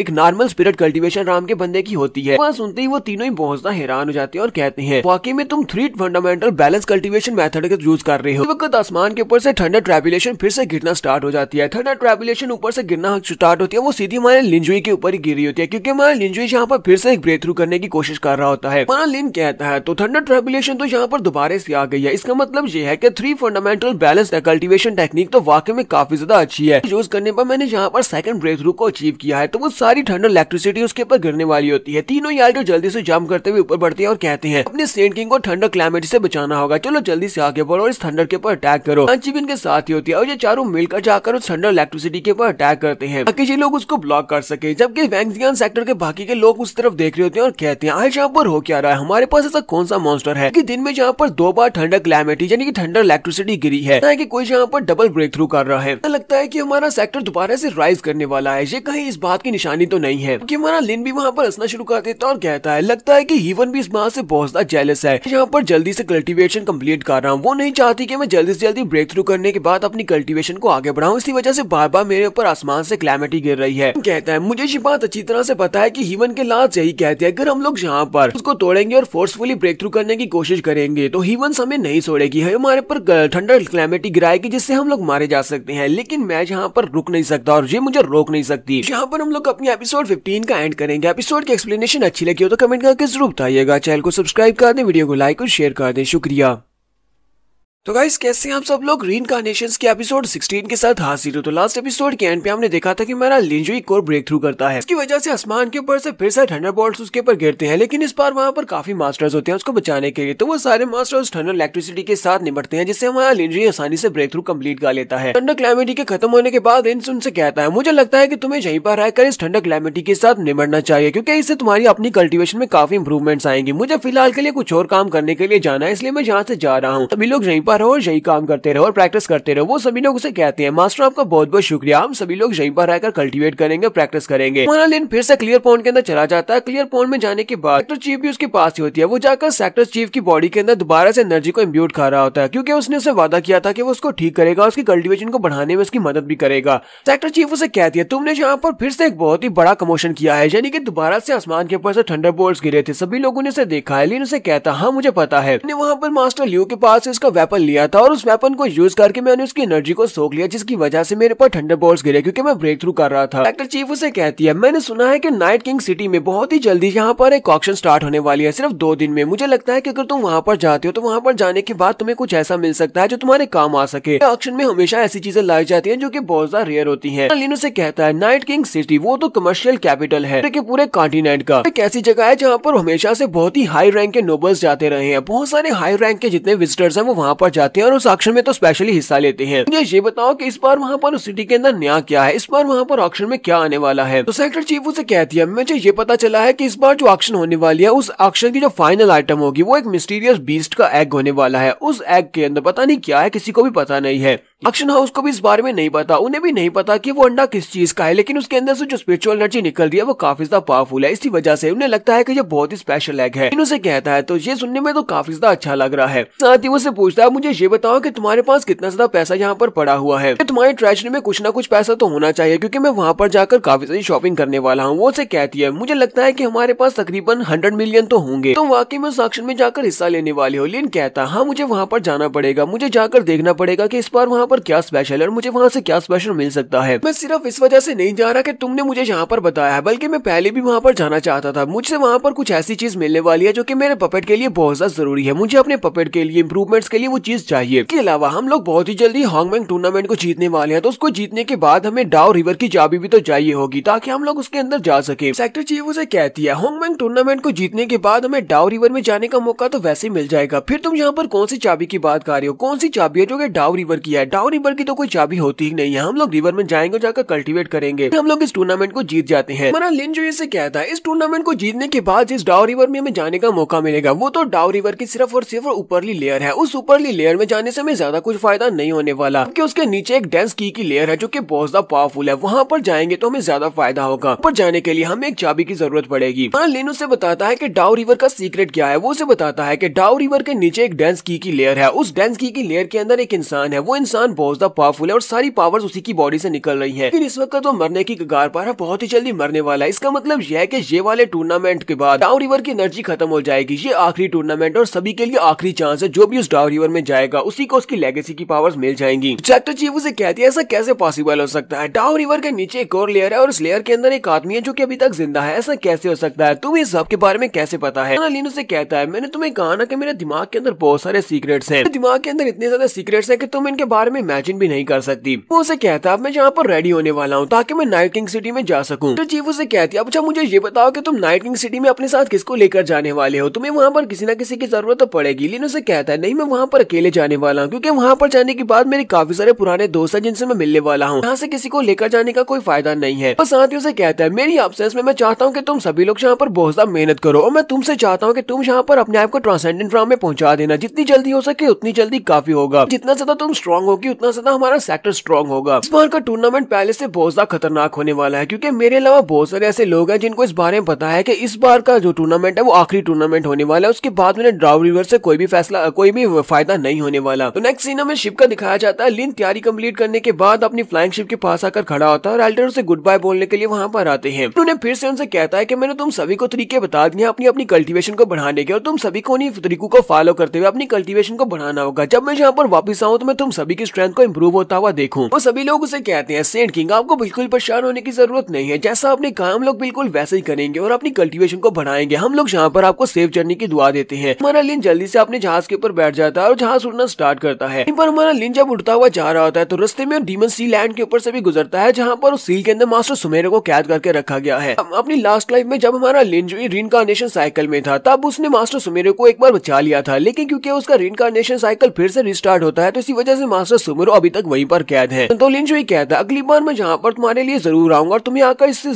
जरूर आजाद करवा लूंगा। अब मेरा रीइंकार्नेशन साइकिल खत्म हो चुका है तो अगर इस बार मैंने तुम्हें आजाद करवाया तो तुम वाकई में आजाद हो जाओगी। लेकिन तुमने मुझे जो स्पेशल टेक्निक सिखाई थी, तुम्हारी ये वाली टेक्निक ग्रेट सन डाओ मेथड, वो काफी ज्यादा स्पेशल है। हमारा लिन वहीं पर खड़े खड़े अपनी ग्रेट सन डाओ टेक्निक को रिलीज करता है तो उसकी बॉडी के अंदर से पिंक कलर की फ्लेम्स निकलती है। वो कहता है ये ग्रेट सन डाओ मेथड एक बॉडी रिफाइनिंग मेथड है, इससे मैं अपनी बैटल बॉडी को प्रमोट कर सकता हूँ। तो वो वहीं पर खड़े खड़े एनर्जी को रिलीज कर रहा था। जब वो फायर एनर्जी को रिलीज करता है तो वो फायर उसकी शिप को लग जाती है, तो उसकी लकड़ी की शिप उसी की फायर के साथ जलना शुरू कर देती है। लिन कहता है मुझे तो ये ध्यान नहीं रहा कि मैं अपनी फ्लाइंग शिप में हूँ, अब मैं क्या करूँ? मैं तो यहाँ से काफी ज्यादा ऊंचा भी हूँ, अभी तक नाइट किंग सिटी तक पहुंचा भी नहीं हूँ। लगता है कि मुझे यहाँ पर किसी और की वारशिप को ढूंढना होगा जिसके साथ मैं यहाँ से ट्रैवल करते हुए नाइट किंग सिटी में पहुंच सकूँ। शिप के ऊपर से वहीं पर ऊपर से जंप लगा देता और कहता है मैं लगता है कि मैं काफी 1000 फीट ऊपर हूँ, मैं यहाँ से नीचे की तरफ जाऊँ तो शायद मुझे नीचे कोई शिप मिल ही जाए जो कि उस तरफ जा रही हो, यानी नाइट किंग सिटी की तरफ जा रही हो। तो वो ऊपर से नीचे की तरफ जब गिर रहा होता है तो वहाँ पर उसे नीचे एक शिप दिखाई देती है। उस शिप के ऊपर कुछ लोग होते हैं जो कि आमने सामने खड़े होते हैं। लिन कहता है तो मुझे एक शिप मिल गई है। लिन सीधा ऊपर से नीचे की तरफ आ रहा था और उनसे कहता है हेलो मेरा नाम लिन जोई है, मेरी वारशिप में हादसा हो गया है जिसकी वजह से अब मैं तुम लोगों की वारशिप के ऊपर राइड करने वाला हूँ। नाइट किंग सिटी में जाना है, क्या तुम लोग मुझे नाइट किंग सिटी में छोड़ दोगे? तो वो वहाँ पर जब लैंडिंग करता है तो वहाँ पर सामने गुंडे टाइप का एक बंदा आता है। वो उसे कहता है नो वे, हम तुम्हें यहाँ पर शिप के ऊपर राइड नहीं देंगे, जहाँ से दफा हो जाओ। फिर वहाँ पर लैंडिंग करने के बाद उसे कहता है मुझे लगता है कि तुम इस वारशिप के ओनर हो, लेकिन क्या तुम यहाँ पर मुझे राइड नहीं दे सकते? आप इतने में रूडली बात करने की क्या जरूरत है? तो वहाँ पर साइड के ऊपर जो लड़की खड़ी होती है वो उसे कहती है नहीं ये वारशिप के ओनर नहीं है, बल्कि इस वारशिप के ओनर तो मैं हूँ, ये लोग तो हमें लूटने के लिए आए हैं। हमारा लिन उसकी तरफ देखता है और उस लड़की से कहता है अच्छा तो तुम इस वारशिप की ओनर हो, क्या तुम्हें यहाँ पर मेरी मदद चाहिए? अगर तुम चाहो तो मैं इन बैंडिट्स को मार सकता हूँ, इनको उठाकर शिप से बाहर फेंक सकता हूँ। हमारा लिन उसे देखते ही पहचान जाता है और कहता है ये तो मेरी पुरानी कॉमरेड लू जीजू है। मिस लू भी यहाँ पर हमारे लिन को देखने के बाद उसे कहती है यंग मास्टर आप पता नहीं आसमान के ऊपर से गिरे, मुझे लगता है कि आपका कल्टीवेशन बेस काफी ज्यादा होगा। अगर आप यहाँ पर मेरी हेल्प करेंगे तो बहुत ही अच्छा रहेगा। सामने वाला बैंडेड चिल्लाकर उसे कहता है, लड़की तुम यहाँ पर किसी ऐसे बंदे से मदद मांग रही हो जिसे तुम जानती नहीं हो। तुम मरना नहीं चाहती तो अपना मुंह बंद करके चुपचाप यहाँ पर खड़ी रहो। हमारा लिन उसे कहता है, मेरे तो मरने की ख्वाहिश है, तुम में से कौन है जो यहाँ पर आकर आगे बढ़कर मुझे मारना चाहेगा? चलो जल्दी से और मुझे मार कर दिखाओ। जो मेन बैंडेड होता है वो उसे कहता है, मैं वाइस प्रेसिडेंट हूँ, तुम्हें फ्लाइंग क्लाउड सेक्टर की कॉमरेड शिप के बारे में पता है, मैं उनका वाइस कैप्टन हूँ। हम लोग यहाँ पर अपना काम करने के लिए आए हुए हैं, तुम्हें यहाँ पर हमारे काम में टांग अड़ाने की जरूरत नहीं है। आज तुम हो कौन, यहाँ पर क्यों बीच में आ रहे हो? तुम्हारा लिन वहीं पर खड़े खड़े ग्रेट सन डाउ टेक्निक को यूज करते हुए फायर को रिलीज करता है, उसकी बॉडी के ऊपर आग लगा देता है और उसे कहता है, एक मरने वाले इंसान को मेरा नाम बताने का क्या फायदा? तो वो आग जब उसकी बॉडी के ऊपर लगती है तो वो चिल्लाना शुरू कर देता है। बैंडेड बॉस जो होता है उसकी पूरी बॉडी वहाँ पर आग के साथ कवर हो जाती है और चिल्लाते चिल्लाते वो वहीं पर नीचे गिर जाता है और गिरने के साथ ही उसकी बॉडी जल जाती है और वो कहता है, मैन प्लीज जल्दी से रुक जाओ, तुम्हें मुझसे जो भी चाहिए होगा वो मैं तुम्हें दे दूंगा, तुम्हें जो मुझसे चाहिए मैं देने को तैयार हूँ। उसे कहता है, नहीं मुझे तुमसे कुछ भी नहीं चाहिए क्योंकि तुम मुझे कुछ भी दे नहीं सकते। और इसी के साथ उसकी बॉडी वहीं पर जल जाती है और वो मर जाता है। जो उसके साथी होते हैं वो वहाँ से भागना शुरू कर देते हैं और कहते हैं, चलो जल्दी से यहाँ से भागो। तो हमारा लिन वहीं पर अपनी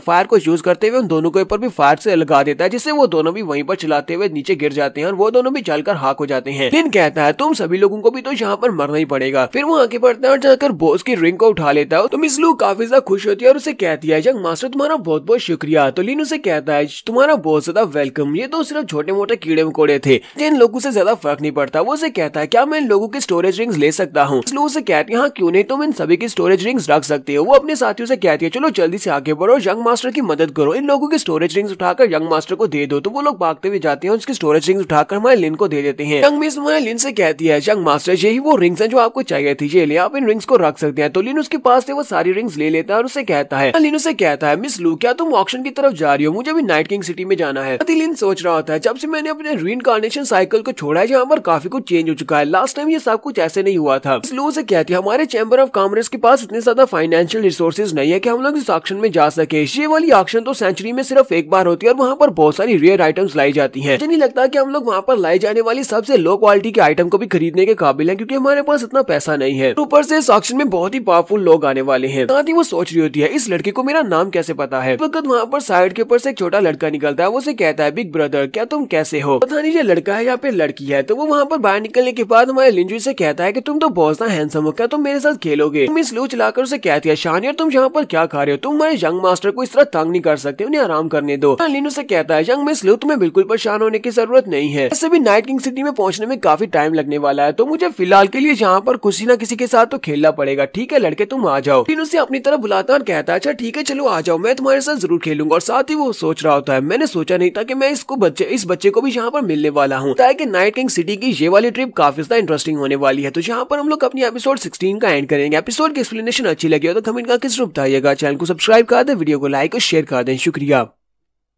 तो गाइस कैसे हैं आप सब लोग? रीइंकार्नेशंस के एपिसोड 17 के साथ हाजिर हो। तो लास्ट एपिसोड के एंड पे हमने देखा था कि हमारे लिंजुई की अपनी शिप तबाह हो जाती है, जिसकी वजह से ऊपर से नीचे की तरफ जंप लगाता है और एक दूसरी शिप के ऊपर चला जाता है। वहाँ पर कुछ बैंडेट्स होते हैं जो कि शिप के ओनर को लूट रहे होते हैं। तो हमारा लिंजुई वहाँ पर उतरने के बाद उन बैंडेट्स को मार देता है और उनकी रिंग्स भी ले लेता है। यहाँ पर जो लड़की होती है हमारा लिन उसको पहले से जानता होता है, उसका नाम मिस लू होता है। उसके साथ एक छोटा लड़का भी होता है। तो वो आगे बढ़ता है और उसे कहता है, ब्रदर क्या मैं तुम्हारे साथ खेल सकता हूँ? तो हमारा लिन उसकी बात को मान लेता है और उस बच्चे को कहता है, क्यों नहीं, तुम मेरे साथ खेल सकते हो। हमारा लिन कहता है, वैसे भी हमारा सफर काफी ज्यादा लंबा होने वाला है, तो जब तक हम लोग नाइट किंग सिटी में पहुंच नहीं चाहते तब तक मैं इस बच्चे के साथ खेल ही लेता हूँ। अपना सफर कंप्लीट करने के बाद इनकी जो वारशिप होती है ये नाइट किंग सिटी के बाहर पहुंच जाती है। तो वहाँ पर एक गेट होता है, उस गेट को पार करने के बाद ये सभी लोग नाइट किंग सिटी के अंदर एंटर हो जाएंगे। लोगों की जो शिप होती है नाइट किंग सिटी के बाहर आकर रुकती है, मेन गेट के बाहर आकर रुक जाती है। तो मिस लू हमारे लिन के पास आती है और उसे कहती है, प्लीज मुझे माफ करना, नाइट किंग सिटी के अंदर हम लोग अपनी वारशिप्स को लेकर नहीं जा सकते, वहाँ पर अंदर फ्लाई करना फॉरबिडन है, इसी वजह से हमें यहीं पर रुकना होगा। और हमारी शिप क्योंकि काफी ज्यादा छोटी है, हमारा चैम्बर ऑफ कॉमर्स भी काफी ज्यादा छोटा है, इसी वजह से सबसे छोटे गेट से अंदर दाखिल होना पड़ेगा। तो लिन उसे कहता है, मुझे इस बात से कोई मसला नहीं है, तुम जो से गेट में से गुजरना चाहो गुजर सकती हो, मुझे तो बस सिटी के अंदर जाना है। साथ ही हमारा लिन कहता है, मुझे इस बारे में एक बात याद आई। लिन कहता है, मुझे पता है कि नाइट गेट सिटी के दरवाजे के ऊपर एक स्पेशल डिवाइस है, एक ऐसा डिवाइस है जो कि आपकी कल्टीवेशन लेवल को मापता है और साथ में आपकी ब्रिलियंट की पावर को।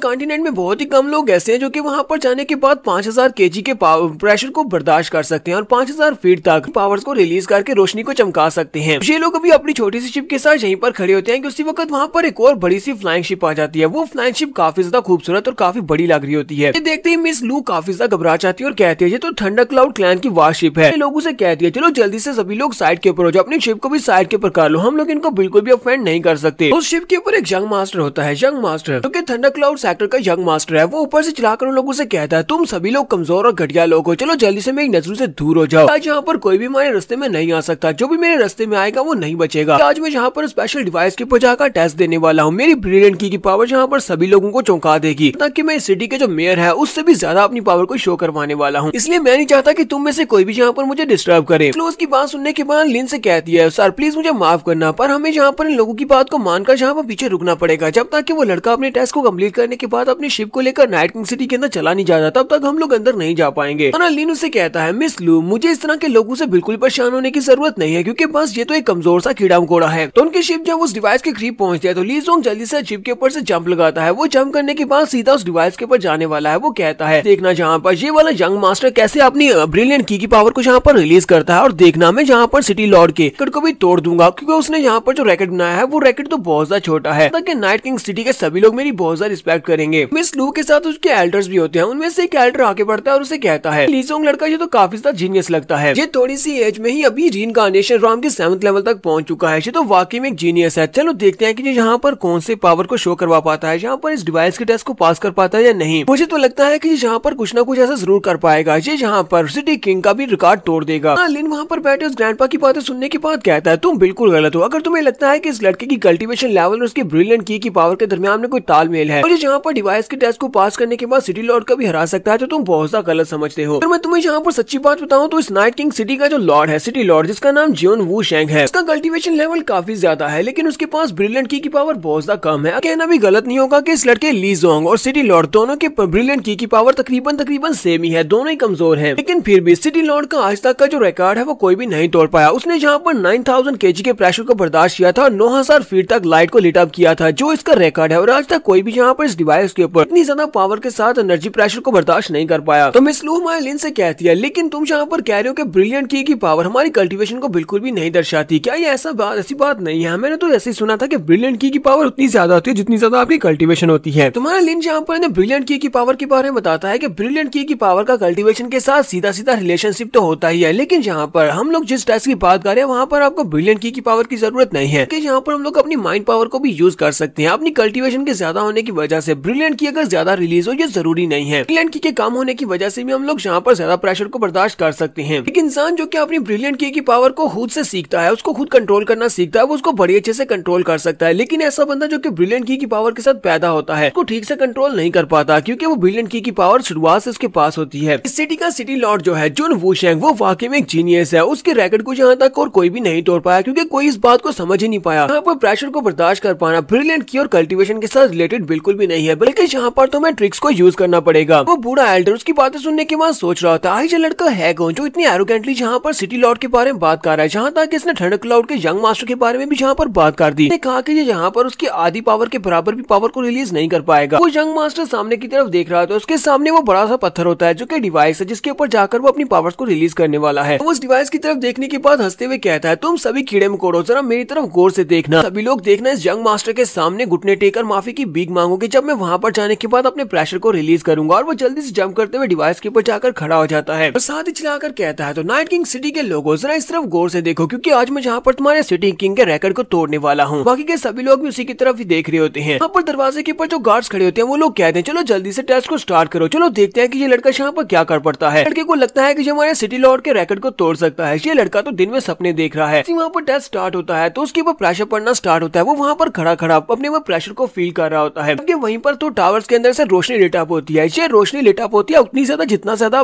कल्टीवेशन की पावर वहाँ पर रिलीज हो रही होती है। थंडर क्लाउड सेक्टर के जो लोग शिप के अंदर होते हैं वो वहीं पर खड़े खड़े उसको माप रहे होते हैं, रोशनी के फीट्स को माप रहे होते हैं। वो लोग कहते हैं 100 फीट, 800 फीट और उसके बाद 1000 फीट। तो सभी लोग उसे चेयर भी कर रहे होते हैं और उसे कहते हैं यंग मास्टर तुम वाकई में बहुत ज्यादा अच्छा कर रहे हो, बस इसी तरह लगे रहो और तुम देखना सिटी लॉर्ड के रैकेट को जरूर तोड़ दोगे, अभी तो तुम और ज्यादा आगे बढ़ रहे हो। इस लोग के साथ जो दो एल्डर्स होते हैं, एक बुढ़ा और एक बुढ़ी होते हैं, वो उसे कहते हैं चेयरमैन हमें लगता है कि तुम्हें भी वहाँ पर जाकर उस यंग मास्टर को हेलो बोलना चाहिए, क्योंकि अगर वो यहाँ पर इस टेस्ट को पास करता है तो हमारा फ्यूचर भी ब्राइट हो जाएगा, उस लड़के के साथ हमारा नाम जुड़ने से, लड़के के साथ ताल्लुक बनाने से। यहाँ पर एक और एल्डर होता है, वो कहता है नहीं, हम लोग मिस लू को वहाँ पर बिल्कुल भी नहीं भेज सकते क्योंकि ली जोंग एक बहुत ही ठरकी किस्म का इंसान है। अगर हम लोग मिस लू को वहाँ पर भेज देते हैं और उसका इसके ऊपर दिल आ गया तो ये कभी भी उसके चुंगल से नहीं निकल पाएगी। मिस लू लोग की बातें सुनने के बाद कहती है तो मैं यहाँ पर इस बात को बाद में डिसाइड करूंगी, फिलहाल के लिए मैं इसके ऊपर कोई भी एक्शन नहीं लेने वाली। मास्टर से कहता है चेयरमैन बनने के बाद क्या तुम इसी तरह एक्ट करने वाली हो? मैं तुम्हें यहाँ पर एक अपॉर्चुनिटी दे रहा हूँ, मैं तुम्हें कह रहा हूँ कि तुम्हें जाकर उस लड़के को हेलो बोलना है कि सिर्फ हेलो ही तो बोलना है। हेलो बोलने से हमारे उसके साथ अच्छे ताल्लुकात बन जाएंगे। तुम मेरे मरने के बाद इस तरह अपने सेक्टर को संभालोगी। तुम्हें पता है ना कि हमारे पास शिप्स की कमी होती जा रही है और हमारा कारोबार भी ठप होता जा रहा है। किसी पावरफुल बंदे के साथ ताल्लुकात बनाने पड़ेंगे ताकि हम लोग अपने बिजनेस को आगे बढ़ा सके। उसके साथ जो बुढ़िया एल्डर होती है वो उसे कहती है एल्डर साहब मुझे नहीं लगता कि ये लड़की हमारी किसी बात को सुनने वाली है। ये तो बिल्कुल बेकार है, ये बिल्कुल बेकार चेयरमैन करेगी क्योंकि ये कभी भी एक अच्छी चेयरमैन नहीं बन सकती। चलो हम दोनों वहाँ पर चलते हैं, जाकर ली जोंग को चीयर करते हैं। क्या पता हमारी वजह से खुश होकर वो हमारे सेक्टर की तरफ भी देखना शुरू कर दे। तो वो दोनों जल्दी से जंप करते हुए शिप से दूसरी तरफ चले जाते हैं। तो ली जोंग जहाँ पर डिवाइस के ऊपर टेस्ट दे रहा था वो लोग वहाँ पर नीचे जाकर खड़े हो जाते हैं। ली जोंग जब अपनी पावर्स को रिलीज करता है उसके ऊपर बहुत ज्यादा प्रेशर पड़ता है, इतना प्रेशर पड़ता है कि उसके मुंह और नाक से खून बहना शुरू हो जाता है। वहाँ पर उसकी बस हो चुकी होती है। ली जोंग कहता है यहाँ पर प्रेशर बहुत ज्यादा हाई हो चुका है, मैं अभी से 4000 फीट तक पहुंच चुका हूँ, लेकिन इससे आके मुझे नहीं लगता कि मैं कर पाऊंगा। ये तो बहुत बड़ी शेम की बात है, यानी मेरी बहुत ज्यादा इंसल्ट हो जाएगी। इसी वक्त वो दोनों एल्डर वहाँ पर पहुंच जाते हैं और वहाँ पर चिल्लाकर उससे कहते हैं आपको बहुत ज्यादा बधाई हो मास्टर ली जोंग, तुम्हारा टैलेंट तो वाकई में बहुत ज्यादा शॉकिंग है। तो ये बात सुनने के बाद वो हंसना शुरू कर देता है और कहता है चलो ठीक है, मुझे यहाँ पर बलि के बकरे मिल गए हैं, मैं सारे का सारा इल्जाम उन दोनों के ऊपर डाल दूंगा कि इन दोनों ने मुझे डिस्टर्ब किया, जिसकी वजह से मैं अपने इस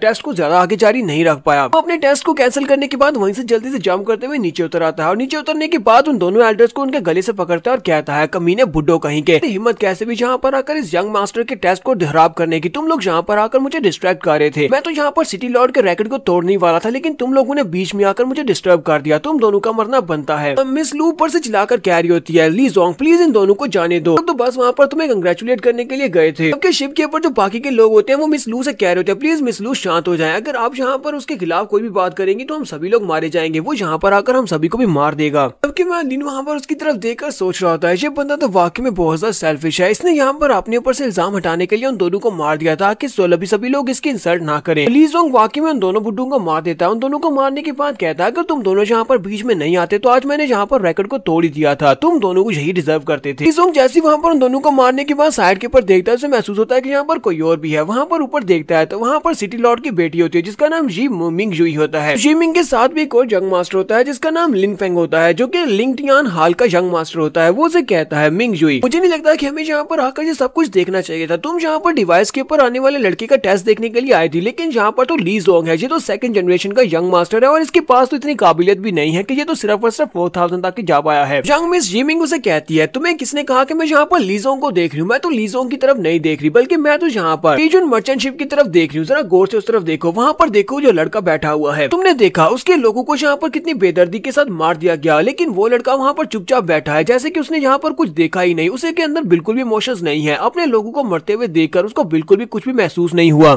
इस लड़की का ये सब कुछ करना ये बहुत ज्यादा स्कैरी है, मुझे लगता है कि ये एक बहुत ही पावरफुल लड़का है। तो यहाँ पर हम लोग अपनी एपिसोड 17 का एंड करेंगे। एपिसोड की एक्सप्लेनेशन अच्छी लगी हो तो कमेंट करके जरूर बताइएगा, चैनल को सब्सक्राइब कर दें, वीडियो को लाइक और शेयर कर दें, शुक्रिया। तो गाइस कैसे हैं आप सब लोग, रीइंकार्नेशंस के एपिसोड 18 के साथ हाजिर हो। तो लास्ट एपिसोड के एंड पे हमने देखा था कि सिटी लॉर्ड की बेटी जिसका नाम जी मिंग होता है, जी मिंग अपने एक दोस्त जिसका नाम लिंग फेंग होता है, वो दोनों वहाँ पर अपीयर होते हैं सिटी गेट के ऊपर। यहाँ पर उस लड़के ली जोंग ने मिस लू के ग्रैनी और ग्रैंड एल्डर दोनों को मार दिया होता है और उन दोनों को मारने के बाद वो काफी ज्यादा गुस्से में होता है। तो लिन फेंग यहाँ पर उसको गुस्सा दिलाने के लिए और कुछ बातें कर देता है, जबकि सिटी लॉर्ड की बेटी जी मिंग वहाँ पर लिंजुई की तरफ देख रही होती है और कहती है मुझे वहाँ पर उस लड़के में ज्यादा इंटरेस्ट है जो कि चुपचाप वहाँ पर बैठा है, उसके 2 लोग मारे गए लेकिन फिर भी उसके चेहरे के ऊपर कोई भी एक्सप्रेशन नहीं है, तो मतलब यह है कि वो काफी ज्यादा पावरफुल हो सकता है। लिंग फेंग उसे कहता है क्या तुम उस कचरे की तरफ देख रही हो, मुझे लगता है कि वो बहुत ज्यादा डरा हुआ है जिसकी वजह से वो हरकत भी नहीं कर पा रहा। तुम्हें पता नहीं है कि इनके चैम्बर ऑफ कॉमर्स बहुत ज्यादा लो प्रोफाइल की है, इसी वजह से इन लोगों के पास इतना पावरफुल लड़का कैसे हो सकता है। मुझे लगता है कि वो यहाँ पर शो ऑफ करने के लिए प्रिटेंड कर रहा है। लिंग फेंग ऊपर से चिल्लाकर उसे कहता है बेचारे ली जोंग, क्या तुमने यहाँ पर देखा नहीं, किसी ने यहाँ पर तुम्हारे साथ पंगा लिया है, एक बहुत ही लो क्वालिटी के चैम्बर ऑफ कॉमर्स की शिप ने यहाँ पर तुम्हारे प्लान को बिगाड़ दिया, जबकि तुम यहाँ यहाँ पर सभी के सामने शो ऑफ करने की कोशिश कर रहे थे। तुम इन लोगों को बस ऐसे जाने दोगे? तुम्हें नहीं लगता है कि तुम्हारी बहुत ज्यादा इंसल्ट हो गई है, वो भी सिर्फ और सिर्फ फीजून चैम्बर ऑफ कॉमर्स की वजह से। लीजोंग उसकी बातें सुनने के बाद बहुत ज्यादा गुस्सा हो रहा होता है और उसे कहता है, लिन फेंग तुम्हारी हिम्मत कैसे हुई यहाँ पर मेरी इंसल्ट करने की? तुम्हें क्या लगता है कि मैं यहाँ पर किसी फीजिंग चैम्बर ऑफ कॉमर्स के लोगों से डरता हूँ? इनके 2 एल्डर्स को मार दिया है, इनकी वजह से यहाँ पर मेरा सारे का सारा बना बनाया खेल खराब हो गया। वजह से मैं यहाँ पर टेस्ट को फेल कर चुका हूँ। तुम्हें लगता है कि मैं बाकी के सभी को छोड़ने वाला हूँ? उनकी तरफ देखता और गुस्से के साथ उनसे कहता है, तुम सभी लोग, तुम में से कोई भी यहाँ पर मेरे हाथ से नहीं बचने वाला। मिस लू से कहती है, मास्टर लीजोंग प्लीज हमें माफ कर दे, मेरे लोगों से बहुत बड़ी गलती हुई है जिसकी आपने उनको सजा भी दे दी, इसलिए प्लीज हम सभी को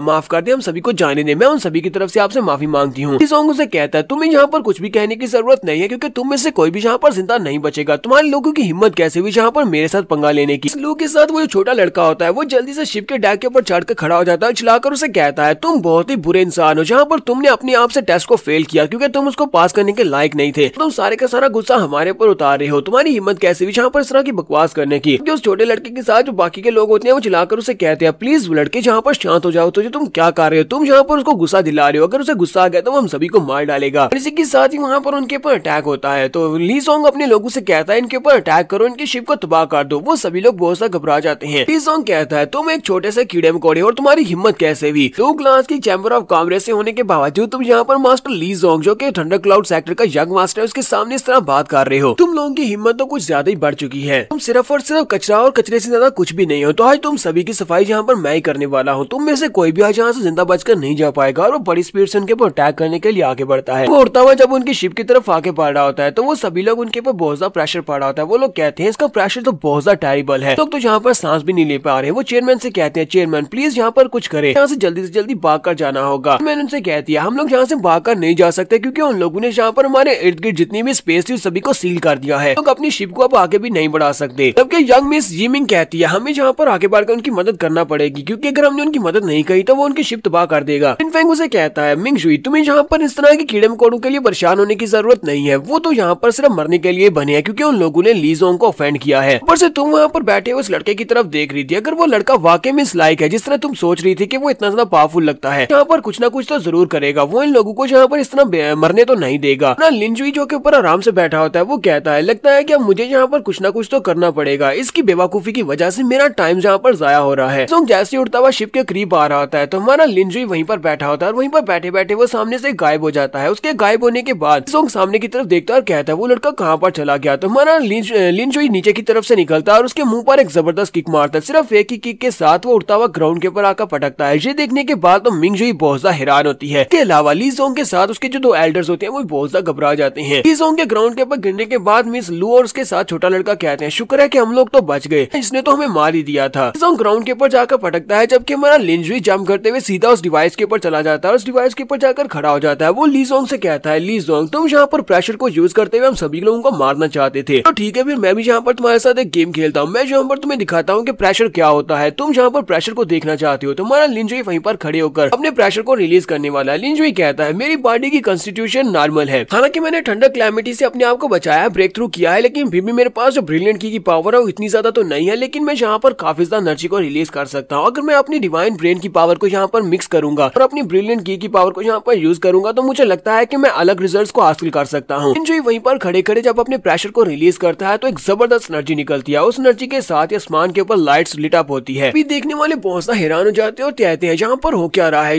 ये लड़का है कौन जिसने यहाँ पर पहली बार में अपनी एनर्जी को रिलीज करते हुए सीधा 8000 फीट की लाइट को लिट अप किया है? हमारे लिनजुई का प्रेशर बहुत ज्यादा आया था जिसकी वजह से उन सभी के ऊपर इतना ज्यादा प्रेशर पड़ रहा था कि वो सभी लोग बहुत ज्यादा हैरान हो रहे होते हैं। दरवाजे के ऊपर खड़े गार्ड्स कहते हैं, हमें तो इस बात के ऊपर यकीन नहीं आ रहा, इस वाकई में जहाँ पर प्रेशर को इंक्रीज कर रहा है और लाइट 8000 फीट से भी ऊपर जा रही है। ये लड़का किस किस्म का मॉन्स्टर है? मिंगजुई कहती है, ये तो इम्पॉसिबल है, इसने तो मेरे डैड के रैकेट को भी तोड़ दिया है, जो तो 10,000 फीट तक पहुंच चुका है और ये अभी तक रुका नहीं बल्कि ये अभी भी ऊपर जा रहा है। तो हमारा लिनजुई वहाँ पर बड़ी मजे से खड़ा होता है और एनर्जी को रिलीज कर रहा था। लिनजुई कहता है, तो लगता है कि अब यहाँ पर नाइट किंग सिटी में अपनी पॉपुलैरिटी को बढ़ाने का वक्त आ चुका है। सभी लोगों को दिखाता हूँ कि उन सभी की टेंशन सिर्फ और सिर्फ मेरे ऊपर होनी चाहिए। लिनजुई वहाँ पर और भी ज्यादा फायर पावर को रिलीज करता है। जैसे ही वो अपने प्रेशर को रिलीज करता है, लीजोंग जो कि ग्राउंड के ऊपर गिरा होता है उसके ऊपर बहुत ज्यादा प्रेशर पड़ रहा होता है। वो कहता है, इस लड़के की बॉडी के अंदर इतनी ज्यादा ब्रिलियंट की पावर कैसे हो सकती है? तो प्रेशर तो बहुत ज्यादा है और वो बेचारा ग्राउंड के ऊपर गिर रहा होता है। लीजोंग कहता है, अगर इसी तरह का मेरे ऊपर प्रेशर पड़ता रहा तो मुझे लगता है कि मैं यहीं पर इस प्रेशर से मारा जाऊंगा। इस लू के साथ उसके जो 2 नौकर होते हैं वो दोनों ही चिल्लाकर कहते हैं, प्लीज लड़के शांत हो जाओ, अगर तुमने यहाँ पर प्रेशर को और ज्यादा इंक्रीज किया तो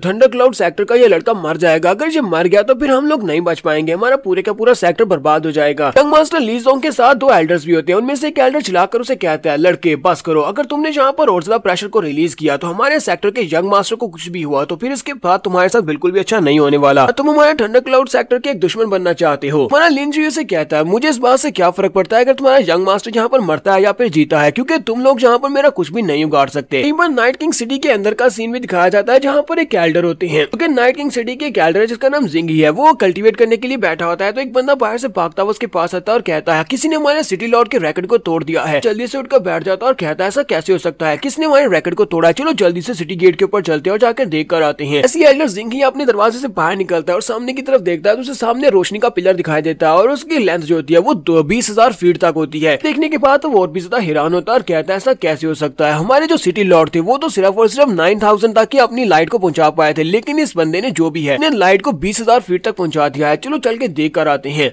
किसी बहुत ही बड़े सेक्टर का यंग मास्टर यहाँ पर आ चुका है। एल्डर जिंगी अपने साथियों से कहते हैं, हमारे सिटी लॉर्ड तो कल्टीवेशन करने के लिए सर्कुलेशन में गए हुए हैं और वो कल तक बाहर नहीं निकलेंगे। अपने साथ वाले जितने भी लोग हैं उन सभी लोगों को बता दो कि उस पिलर के अंदर जो भी बंदा है जिसने भी यहाँ पर लाइट को लिट अप किया है उसको ऑफेंड नहीं किया जा सकता, चाहे वो कोई भी हो। अभी इस ऑर्डर को फॉलो नहीं करेगा उसको उसी वक्त मार दिया जाएगा। तो कहते हैं, ठीक है सर, हम लोग अभी जाकर मैसेज पहुंचा देते हैं। एक सीन में गेट का दिखाया जाता है जहाँ पर हमारा लिन जुई अपने प्रेशर को खत्म करने के बाद जब ऊपर से नीचे उतरता है तो तब तक लिंग जोंग बेचारा मर चुका होता है, उस प्रेशर की वजह से वो मर गया होता है। लिन जुई उसके पास खड़ा होने के बाद एल्डर से कहता है, तो तुम लोग अपने इस छोटे कुत्ते की बॉडी को लेकर जा सकते हो क्योंकि ये मर चुका है। दोनों एल्डर बहुत ज्यादा गुस्सा हो जाते हैं और कहते हैं, फ्यूजन चैम्बर ऑफ कॉमर्स तुम सभी लोगों ने बिल्कुल भी अच्छा नहीं किया। देखना, ना सिर्फ तुम मरोगे बल्कि तुम्हारा पूरे का पूरा फ्यूजन चैम्बर ऑफ कॉमर्स वो भी नहीं बचेगा। फ्यूजन चैम्बर ऑफ कॉमर्स के वो दोनों नौकर जो हमारी मिस लू के साथ होते हैं वो लोग चिल्लाकर उनसे कहते हैं, एल्डर्स हमारा इस सबसे कोई भी ताल्लुक नहीं है, फ्यूजन चैम्बर ऑफ कॉमर्स तो इसे जानता भी नहीं है, हमें बख्श देंगे, सब कुछ इस लड़के की गलती है, जाकर इस लड़के को मारें। लू चिल्लाकर उन दोनों से कहती है, कमीनों कहेंगे, तुम लोग बहुत ज्यादा एहसान फरामोश हो, क्या तुमने देखा नहीं इस लड़के ने तुम्हें बचाने के लिए सब कुछ किया और तुम अब जहाँ पर ये कह रहे हो कि वो हमारे फ्यूजन चैम्बर का हिस्सा ही नहीं है। तो वो दोनों से कहते हैं, चेयरमैन हमें नहीं लगता कि इस वक्त ये वक्त है इस तरह की बात करने का, तुमने उसके साथ अपना रिलेशनशिप कोई शो करवाया तो वो लोग हमें भी मार डालेंगे, हमारा पूरे का पूरा चैम्बर ऑफ कॉमर्स उसको भुगतेगा। जबकि वो छोटा यंग मास्टर उनसे कहता है, तुम सभी लोगों को परेशान होने की जरूरत नहीं है, मैं तुम सभी लोगों को प्रोटेक्ट करूंगा। लिन जुई भी जल्दी से जंप करते हुए अपनी शिप के ऊपर वापस आ जाता है और छोटे लड़के के सर पे हाथ रखता है और कहता है, छोटे तुम्हें यहाँ पर बिल्कुल परेशान होने की जरूरत नहीं है। जबकि वो दोनों ही नौकर चलाकर उसे कहते हैं, जल्दी से शिप से दूर हटो, तुम हमें भी यहाँ पर अपने साथ मरवा दोगे, तुम्हें यहाँ पर नहीं होना चाहिए। लिन जुई उनकी तरफ देखता और कहता है, मैंने ली जोंग को तो मार ही दिया है और ऊपर से मैं तुम्हारी शिप के ऊपर ही था, तो अब तुम लोग यहाँ पर क्या ही कर पाओगे, सभी इल्जाम तो तुम्हारे ऊपर ही लगने वाला है। मगर वो दोनों एल्डर अपनी अपनी पावर्स को रिलीज करते हैं और लिन जुई के ऊपर अटैक करने के लिए आगे बढ़ते हैं और कहते हैं, तुम्हें हमारे साथ थंडर क्लाउड सेक्टर में वापस जाना होगा और वहाँ पर जाने के बाद हमारे सेक्टर मास्टर तुम्हें सजा देंगे कि तुम्हारी सजा क्या होने वाली है। दोनों ही एल्डर्स यहाँ पर एक कंबाइन अटैक को यूज करते हुए उसके ऊपर अटैक करने के लिए आगे बढ़े होते हैं। एल्डर्स कहते हैं, तुम में से बाकी के जितने भी लोग हैं वो सभी लोग मरेंगे, सिर्फ और सिर्फ तुम्हें हम लोग अपने साथ लेकर जाने वाले हैं। फकत मिंग जुई उन लोगों से कहती है, तुम सभी लोग यहीं पर रुक जाओ, तुम सभी को किसने ऑर्डर दिए कि जहाँ पर नाइट किंग सिटी में तुम लोग किसी को भी इतनी आसानी से मार सकते हो। तो दोनों एल्डर्स की बात सुनने के बाद वहीं पर रुक जाते हैं। तो लिंग जुई उन लोगों से कहती है, मैं यहाँ की सिटी लॉर्ड की बेटी हूँ, वैसे कोई भी जहाँ पर हमारे नाइट किंग सिटी के हमारे सिटी लॉर्ड की परमिशन के बिना यहाँ पर कोई कुछ भी नहीं कर सकता, तुम लोग भी यहाँ पर कुछ भी नहीं कर सकते, इसलिए चुपचाप यहाँ पर खड़े रहो। तो वो उसे कहते हैं, नाइट किंग क्या तुमने यहाँ पर देखा नहीं इसने क्या किया, इसने हमारे यंग मास्टर को मार दिया, तुम्हारे सामने इसने हमारे यंग मास्टर को मारा है, हमारे यंग मास्टर तुम्हारे सिटी गेट के ऊपर मरे हैं। इसका मतलब यह है कि तुम्हें यहाँ पर हमें इस बात की एक्सप्लेनेशन देना पड़ेगी, तुम्हें यहाँ पर यह बताना पड़ेगा कि तुमने जब वो उसे मार रहा था उस वक्त तुमने यहाँ पर उसको क्यों नहीं रोका। हमारा थंडर क्लाउड सेक्टर तुम्हारे नाइट किंग सिटी को भी नहीं छोड़ने वाला। यहाँ पर हम लोग अपनी एपिसोड 18 का एंड करेंगे। एपिसोड की एक्सप्लेनेशन अच्छी लगी हो तो कमेंट करके जरूर बताइएगा। चैनल को सब्सक्राइब कर दें, वीडियो को लाइक और शेयर कर दें। शुक्रिया।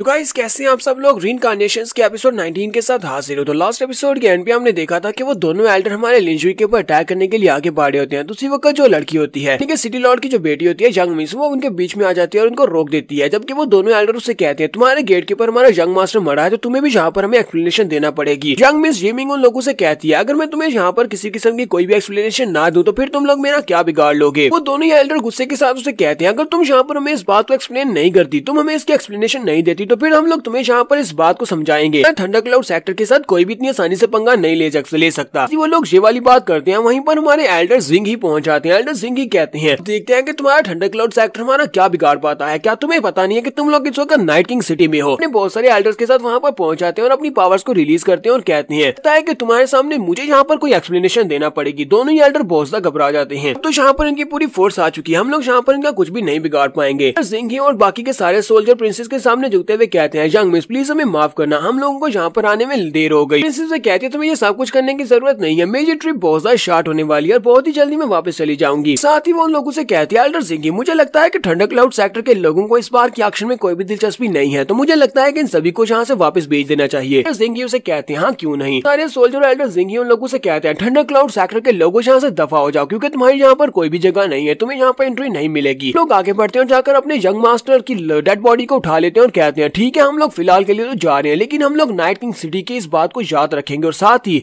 चैम्बर ऑफ कॉमर्स के लोगों को भी याद रखेंगे। हम अपने लोगों को लेकर वहाँ से चले जाते हैं। यंग मिस हमारे लिंजुई की तरफ देखती है और उसे कहती है नाइट किंग सिटी की मिंग जुई हूँ, क्या तुम मुझे अपना नाम बता सकते हो। तुम्हारा लिंजुई से आगे से कोई भी नाम नहीं बताता, वो बिल्कुल खामोश होता है। जबकि उसके साथ वाले जो दोनों लड़के होते हैं वो चिल्लाकर कहते हैं मिस प्लीज हमें माफ कर दे, हमारा इस लड़के के साथ कोई भी ताल्लुक नहीं है, ये हमारे चैम्बर ऑफ कॉमर्स का हिस्सा नहीं है। वाला भी कहता है हम इस लड़के को बिल्कुल भी नहीं जानते, ये पता नहीं कौन है। उनकी जो चेयरमैन मिस लू होती है वो उनसे कहती है कि ये मेरा दोस्त है, लड़के ने यहाँ पर जो भी कुछ गलत किया है मैं उसकी पूरी रिस्पॉन्सिबिलिटी उठाने को तैयार हूँ। आपको यहाँ पर कोई सजा देनी है तो आप मुझे सजा दे सकती हैं। तो छोटा लड़का भी कहता है बिग ब्रदर ने यहाँ पर कुछ भी गलत नहीं किया। वो उसे कहता है बिग ब्रदर मैं यहाँ पर तुम्हें प्रोटेक्ट करूंगा। हमारा लिंजुई आगे से हल्का सा मुस्कुरा रहा होता है। तो मिंग जुई लोगों से कहती है हमारे कहने का मतलब यह है कि ये तुम दोनों के साथ है लेकिन तुम दोनों के साथ नहीं है। दोनों कहते हैं हाँ आपने बिल्कुल ठीक कहा, ये हम दोनों के साथ बिल्कुल भी नहीं, हम दोनों तो इसे जानते भी नहीं है। तो वो लोग तो यहाँ पर ये भी कह देते हैं कि ये लड़की भी हमारे साथ नहीं हो, ना ये छोटा बच्चा हमारे साथ है। तो मिस चेयरमैन भी यहाँ पर सोच रही होती है मैंने पिछले कई सालों से लोगों के साथ काम कर रही हूँ, लेकिन देखो तो जरा ये सभी लोग मुझे किस तरह का सिला दे रहे हैं, ये मुश्किल के वक्त में मुझे पहचानने से भी इनकार कर रहे हैं। मिंग जुई लोगों से कहती है चलो ठीक है, क्योंकि तुम दोनों ने कहा है कि तुम लोग इनके साथ नहीं है, तो इसका मतलब यह है कि ये तीनों ही हमारे डिस्टिंग्विश्ड गेस्ट होने वाले हैं। तो तुम सभी लोगों को मैं नाइट किंग सिटी में इनवाइट करती हूँ। हमने हॉल ऑफ विजिटर में तुम्हारे लिए एक स्पेशल रूम का बंदोबस्त किया है, तुम सभी लोग मेरे साथ चलो और तुम सभी को हॉल ऑफ विजिटर्स में रुकने को मिलेगा। इस लू से कहती है यंग मिस यहाँ पर इस बात का क्या मतलब है, आप क्या बात कर रही हैं। वो दोनों भी कहते हैं हाँ हमें भी इस बात की समझ नहीं आ रही, इस बात का क्या मतलब है कि ये हॉल ऑफ विजिटर में गेस्ट के तौर पर जाने वाले हैं। हमें तो लगा था कि हमें यहाँ पर सरेंडर करना पड़ेगा, क्योंकि इस लड़के ने यहाँ पर नाइट किंग सिटी में उधम मचाया, जिसकी वजह से इसने कुछ गलत किया है और हमें सजा मिलने वाली है। लिन जुई अपने साथ उस छोटे लड़के और साथ में उस मिस लू को लेता है और वो तीनों वहाँ से आगे की तरफ बढ़ जाते हैं नाइट किंग सिटी की तरफ। जबकि वो दोनों पीछे से चलाकर उसे कहते हैं यंग मिस प्लीज हमें भी अपने साथ ले चले, हम भी तो आपके साथ ही हैं। मिस लू पीछे की तरफ मुड़ती है और उनसे कहती है मैंने तुम्हें नहीं छोड़ा बल्कि तुम लोगों ने मुझे छोड़ा है, तुम्हारे चैम्बर ऑफ कॉमर्स ने मुझे छोड़ दिया, तो आज के बाद से मेरा तुम्हारे साथ कोई भी ताल्लुक नहीं है, सभी लोग अपने रास्ते और मैं अपने रास्ते हूँ। लिन जुई मिस लू से कहता है अगर तुम चाहो तो मैं इन सभी को रास्ते से हटा सकता हूँ, तुम्हारा रास्ता क्लियर कर सकता हूँ। वो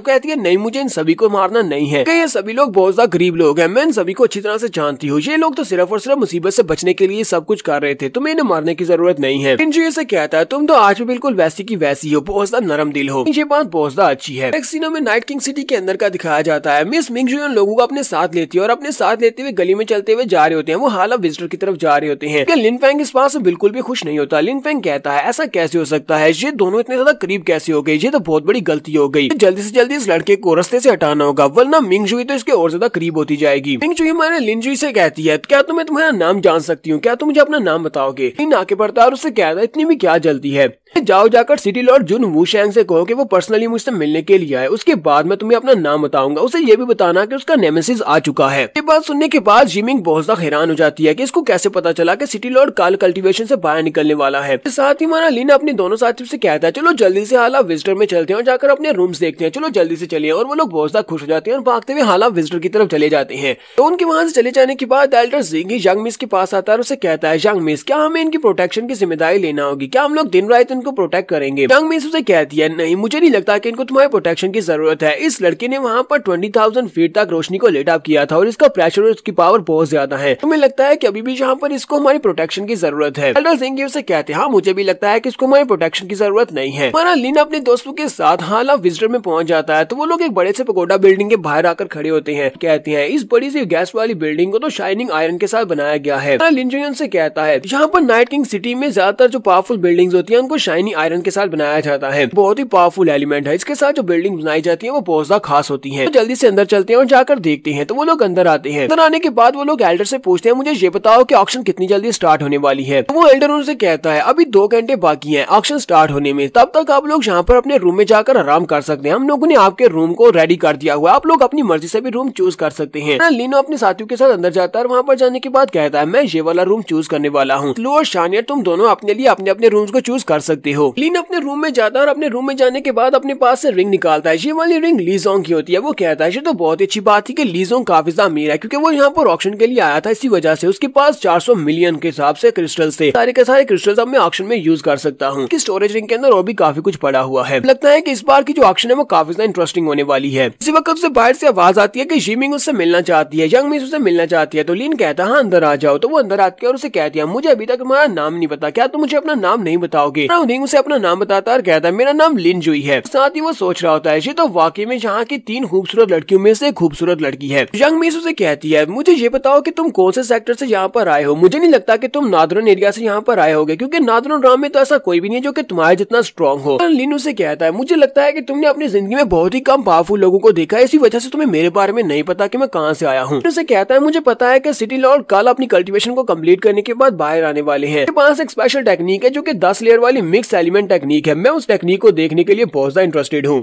उसकी बात सुनने के बाद थोड़ी बहुत हैरान होती है और उसे कहती है मुझे ये बताओ कि तुम्हें ये बात कैसे पता चली कि मेरे फादर आने वाले हैं? मेरे फादर के आने के बारे में तो किसी को भी नहीं पता अलावा और एल्डर जिंग ही के अलावा। लिन उसे कहता है मुझे इस बात के बारे में बहुत कुछ पता है, जितना तुम्हें नहीं पता उससे भी ज्यादा पता है। माना लिन उसे कहता है मुझे लगता है कि ऑक्शन के लिए बहुत ही पावरफुल बड़ी फैमिलीज के लोग यहाँ पर आ चुके होंगे। तुम्हें जाकर उन सभी को वेलकम करने के लिए भी जाना पड़ेगा, इसलिए जाओ जाकर उन सभी को वेलकम करो। मैं दरवाजे तक छोड़ने के लिए भी नहीं आ सकता। वहाँ सुनने के बाद यंग मिस को बहुत बड़ा झटका लगता है। वो कहती है आज पहली बार हुआ है कि कोई लड़का मुझे अपने रूम से बाहर जाने के लिए कह रहा है, क्योंकि आज से पहले तो सभी लोग मेरे पीछे अपनी दुम हिलाते फिरते हैं। यंग मिस उसे कहती है अच्छा ठीक है फिर अब मैं तुम्हें और ज्यादा परेशान नहीं करूंगी, और वो गुस्से के साथ पीछे की तरफ मुड़ जाती है। जबकि वहाँ लिन सोच रहा होता है जैसा कि मैंने सोचा था ये आज भी उतनी गुस्से वाली है जितना पिछली बार मैंने इसे देखा था। 10 साल पहले मैं इससे मिला था तब भी ये इतनी ज्यादा गुस्से वाली थी। मिस जब उस रूम से बाहर निकलती है तो बहुत ज्यादा गुस्से में होती है। उसके रास्ते में खड़ा होता है, उसे कहता है ये बताओ कि रूम के अंदर जो बंदा है क्या तुम्हें उसकी आइडेंटिटी के बारे में पता चला? लेकिन वो उसे कोई भी जवाब नहीं देती और गुस्से के साथ उसे कहती है दफा हो जाओ। साथ ही गुस्से के साथ वो गाली देते हुए कहती है एंजॉय तुमने मुझे बहुत ज्यादा गुस्सा दिला दिया, अब देखना तुम्हें इसकी कीमत चुकाना पड़ेगी। अब लिंग फैंग भी यहाँ पर गुस्सा हो रहा था और कहता है मैंने आज से पहले यंग मिस को इतना ज्यादा गुस्से में नहीं देखा, पता नहीं इस लड़के ने उसके साथ क्या किया है जिसकी वजह से वो इतना ज्यादा गुस्सा हो गई है। उसके साथ उसका शैडो सोल्जर होता है, उसे कहता है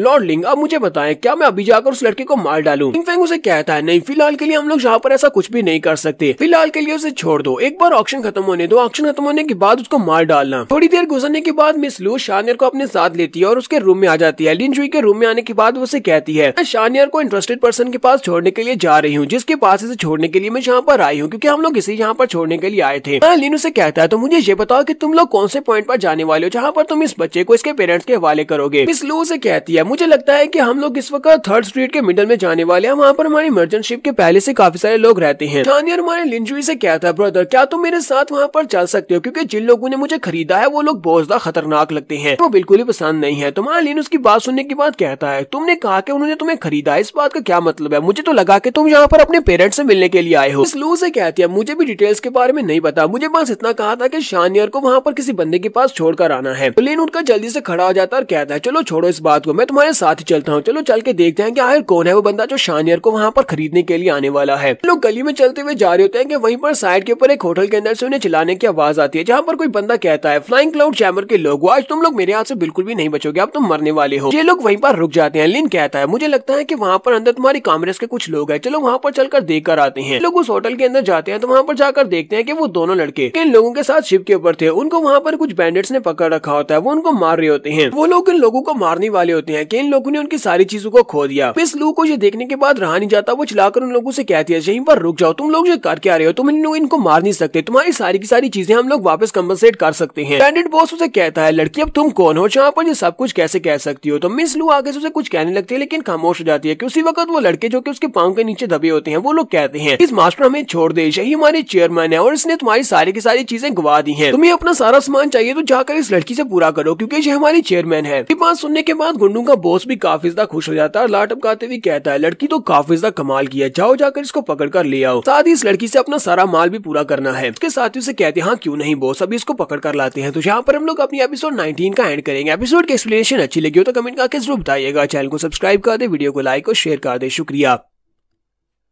तो गाइस कैसे आप सब लोग रीइंकार्नेशंस के एपिसोड 20 के साथ हाजिर हो। तो लास्ट एपिसोड के एंड पे हमने देखा था कि हमारा जुंजी मिस लू और छोटे बच्चे शानियर को अपने साथ लेता है। में जा रहे होते हैं जहाँ पर शानियर का मीटिंग पॉइंट होता है, जहाँ पर उसे किसी के हवाले करना होता है। तो वहीं पर रास्ते में उन्हें आवाज आती है क्या क्रू के कुछ मेंबर्स को वहाँ पर कुछ बैंडिट्स ने पकड़ रखा होता है। तो ये लोग जब वहाँ पर जाते हैं तो वो बैंडिट्स को पता चल जाता है, क्योंकि वही लोग वहाँ पर मिस लू के खिलाफ बात करते हैं और कहते हैं यही हमारी चेयरमैन है, तुम्हें अपना सामान वापस चाहिए तो हमारी चेयरमैन से वापस ले लो, क्योंकि सारे का सारा सामान तो इसी के पास है। अब जहाँ वो बैंडिट्स जो होते हैं वो मिस लू को देखने के बाद लाट टपकाते हुए कहते हैं तो बहुत ज्यादा खूबसूरत है, चलो जल्दी से पकड़ कर लाओ, इसके पास से सारा सामान भी वापस लेंगे और साथ में बहुत ज्यादा मजे भी करेंगे। वो सभी ठरकियों की तरह उसके ऊपर अटैक करने के लिए आगे बढ़ते हैं ताकि उसे पकड़कर अपने बॉस के सामने लेकर आ सके। तो मिस लू भी एक मार्शल आर्टिस्ट होती है, तो वो भी अपनी पावर्स को यूज करते हुए अपने हाथों को सामने करती है। तो पावर्स को रिलीज करने के बाद उन दोनों के ऊपर अटैक करती है, तो वो दोनों लड़के पीछे की तरफ गिर जाते हैं। बॉस जो होता है वो अपने साथियों से थोड़ा स्ट्रांग होता है, वो गुस्से के साथ उसकी तरफ देखता है और कहता है मैंने ये तो नहीं सोचा था कि तुम्हारे पास भी थोड़े बहुत स्किल्स होंगे, तुम तो काफी स्ट्रांग लगती हो। वो बॉस अब खुद से वहाँ पर उठकर आगे की तरफ बढ़ता है। वो मिस लू के ऊपर अटैक करने के लिए उसके करीब पहुंच जाता है। उसकी स्पीड काफी ज्यादा होती है। मिस लू अपने हाथ को सामने करते हुए उसके अटैक को ब्लॉक करने की कोशिश करती है, लेकिन उसका अटैक काफी ज्यादा पावरफुल होता है, जिसकी वजह से मिस लू पीछे की तरफ गिर जाती है। तो मिस लू के पीछे गिरने के बाद वो गुंडा बॉस अपने साथियों से कहता है चलो जल्दी से इन सभी लोगों को मार दो, इस लड़की को छोड़कर बाकी दोनों को मार डालो। तो वो लोग जल्दी से आगे बढ़ते हैं, अपने नाइफ्स को उठाते हैं और उनके ऊपर अटैक करने के लिए उनके करीब पहुंच जाते हैं। जैसे ही वो उनके करीब पहुंच जाए उसी वक्त हमारा लिंजुई मिस लू के सामने खड़ा हो जाता है और कहता है ये सब कुछ मेरे ऊपर छोड़ दो। वहीं पर खड़ा होने के बाद अपनी एनर्जी को रिलीज करता है, अपनी एनर्जी के साथ काफी सारी तलवारें बनाता है और इन तलवारों के साथ उनके ऊपर अटैक करता है। सिर्फ एक ही एनर्जी अटैक और सारे के सारे गुंडे वहीं पर नीचे गिर जाते हैं और मर जाते हैं। जहाँ तक कि बॉस की बॉडी के अंदर भी एक तलवार धंस जाती है और बॉस भी वहीं पर नीचे गिरता है और मर जाता है। तो लिंजुई अपने साथियों से कहता है चलो यहाँ से चलते हैं। जैसे ये लोग वहाँ से जाने लगते हैं तो उनके क्रू मेंबर फिर से उठकर खड़े हो जाते हैं और कहते हैं चेयरमैन प्लीज हमें वापस अपने साथ ले ले, हमें भी अपने साथ ले लें, तुम्हारे सारे के सारे ऑर्डर्स को फॉलो करेंगे, जो भी तुम कहोगी हम तुम्हारे ऑर्डर्स को फॉलो करेंगे। मिस लू उनसे कहती है अपनी बकवास बंद करो, मेरा तुम्हारे साथ कोई भी ताल्लुक नहीं है, फिश एंड एसोसिएशन के साथ आज के पास मेरा कोई भी ताल्लुक नहीं है और तुम लोग जहाँ पर मुझे दूसरी बार धोखा दे चुके हो। वहीं पर एक और यंग मास्टर को भी दिखाते हैं, वो यंग मास्टर वहीं पर बैठा होता है, उसके साथी जो होते हैं वो हमारे लिंजुई के ऊपर अटैक करने के लिए रेडी होते हैं, क्योंकि वो अपने साथियों से कहता है ये लड़का बहुत ज्यादा स्पेशल है, इसलिए मैं चाहता हूँ कि कोई भी इसको कभी भी ऑफेंड मत करना। उसके साथियों से कहते हैं ठीक है बॉस, हम लोग इसको ऑफेंड नहीं करेंगे। लिंजुई उस रूम से बाहर आने के बाद मिस लू और शानियर से कहता है शानियर और मिस लू तुम दोनों आज के बाद मेरे साथ रह सकते हो। तो वो दोनों इस बात से बहुत ज्यादा खुश जाते हैं। शानियर भी उसे कहता है मुझे भी इस बात से बहुत ज्यादा खुशी हो रही है, मैं भी तुम्हारे साथ रहना चाहता हूँ। लिंजुई कहता है बहुत ही जल्दी ऑक्शन स्टार्ट होने वाली है, इस वक्त हम लोग बाजार में, क्यों ना जहाँ पर किसी स्टॉल के ऊपर से कोई चीज खरीद लें, चलो देखते हैं शायद हमें कुछ पसंद आ जाए। ये लोग चलते हुए आगे की तरफ बढ़े होते हैं तो वहीं पर एक बंदा आर्टिफैक्ट्स लगाकर बैठा होता है। इस लोग की नजर एक बैंगल के ऊपर पड़ती है और वो काफी अच्छा ब्रेसलेट होता है। लिंजुई से कहता है लगता है कि तुम्हें ये ब्रेसलेट काफी ज्यादा पसंद आया, चलो ठीक है देखते हैं ये कितने का है। तो वो शॉपकीपर से पूछता है मुझे ये बताओ कि ये बैंडल तुम कितने का बेच रहे हो। तो वो शॉपकीपर उसे कहता है मैं ये सिर्फ और सिर्फ 3000 आयरन क्रिस्टल्स का बेच रहा हूँ, अगर आप चाहते हैं तो मैं आपको दे सकता हूँ। लिंजुई अपने पास से 3000 क्रिस्टल्स निकालता है और उसे कहता है हालांकि ये काफी ज्यादा महंगा है लेकिन फिर भी तो ये तुम्हारे 3000 क्रिस्टल्स है, ये बैंगल अब हमारा हुआ। हमारा जुंजी उस शॉपकीपर को उसकी कीमत दे बैठता है। उसी वक्त मिस मिंगजुई वहाँ पर पहुंच जाती है। मिंगजुई वहाँ पर आने के बाद कहती है ये जेड ब्रेसलेट तो बहुत ज्यादा प्यारा है। इसके साथ लिंगफैंग भी होता है। लिंगफैंग उसे कहता है मिंगजुई अगर तुम्हें ये ब्रेसलेट पसंद आया तो क्यों ना फिर मैं तुम्हारे लिए खरीद देता हूँ। चलो ठीक है मैं तुम्हारे लिए खरीद देता हूँ। मिंगजुई कहती है हाँ ये वाकई में बहुत ज्यादा प्यारा जेड ब्रेसलेट है और मुझे ये बहुत ज्यादा पसंद आया है। कहती है लेकिन इसको तो मिस्टर लिंजुई ने खरीद लिया है, पर क्या पता मिस्टर लिंजुई ये वापस मुझे बेच सकते हैं क्योंकि मुझे ये बहुत ज्यादा पसंद आया है। तभी देखने वाले जो कि आसपास खड़े उनकी बातें सुन रहे होते हैं वो लोग कहते हैं ये लड़का तो वाकई में बहुत ज्यादा लकी है कि मिस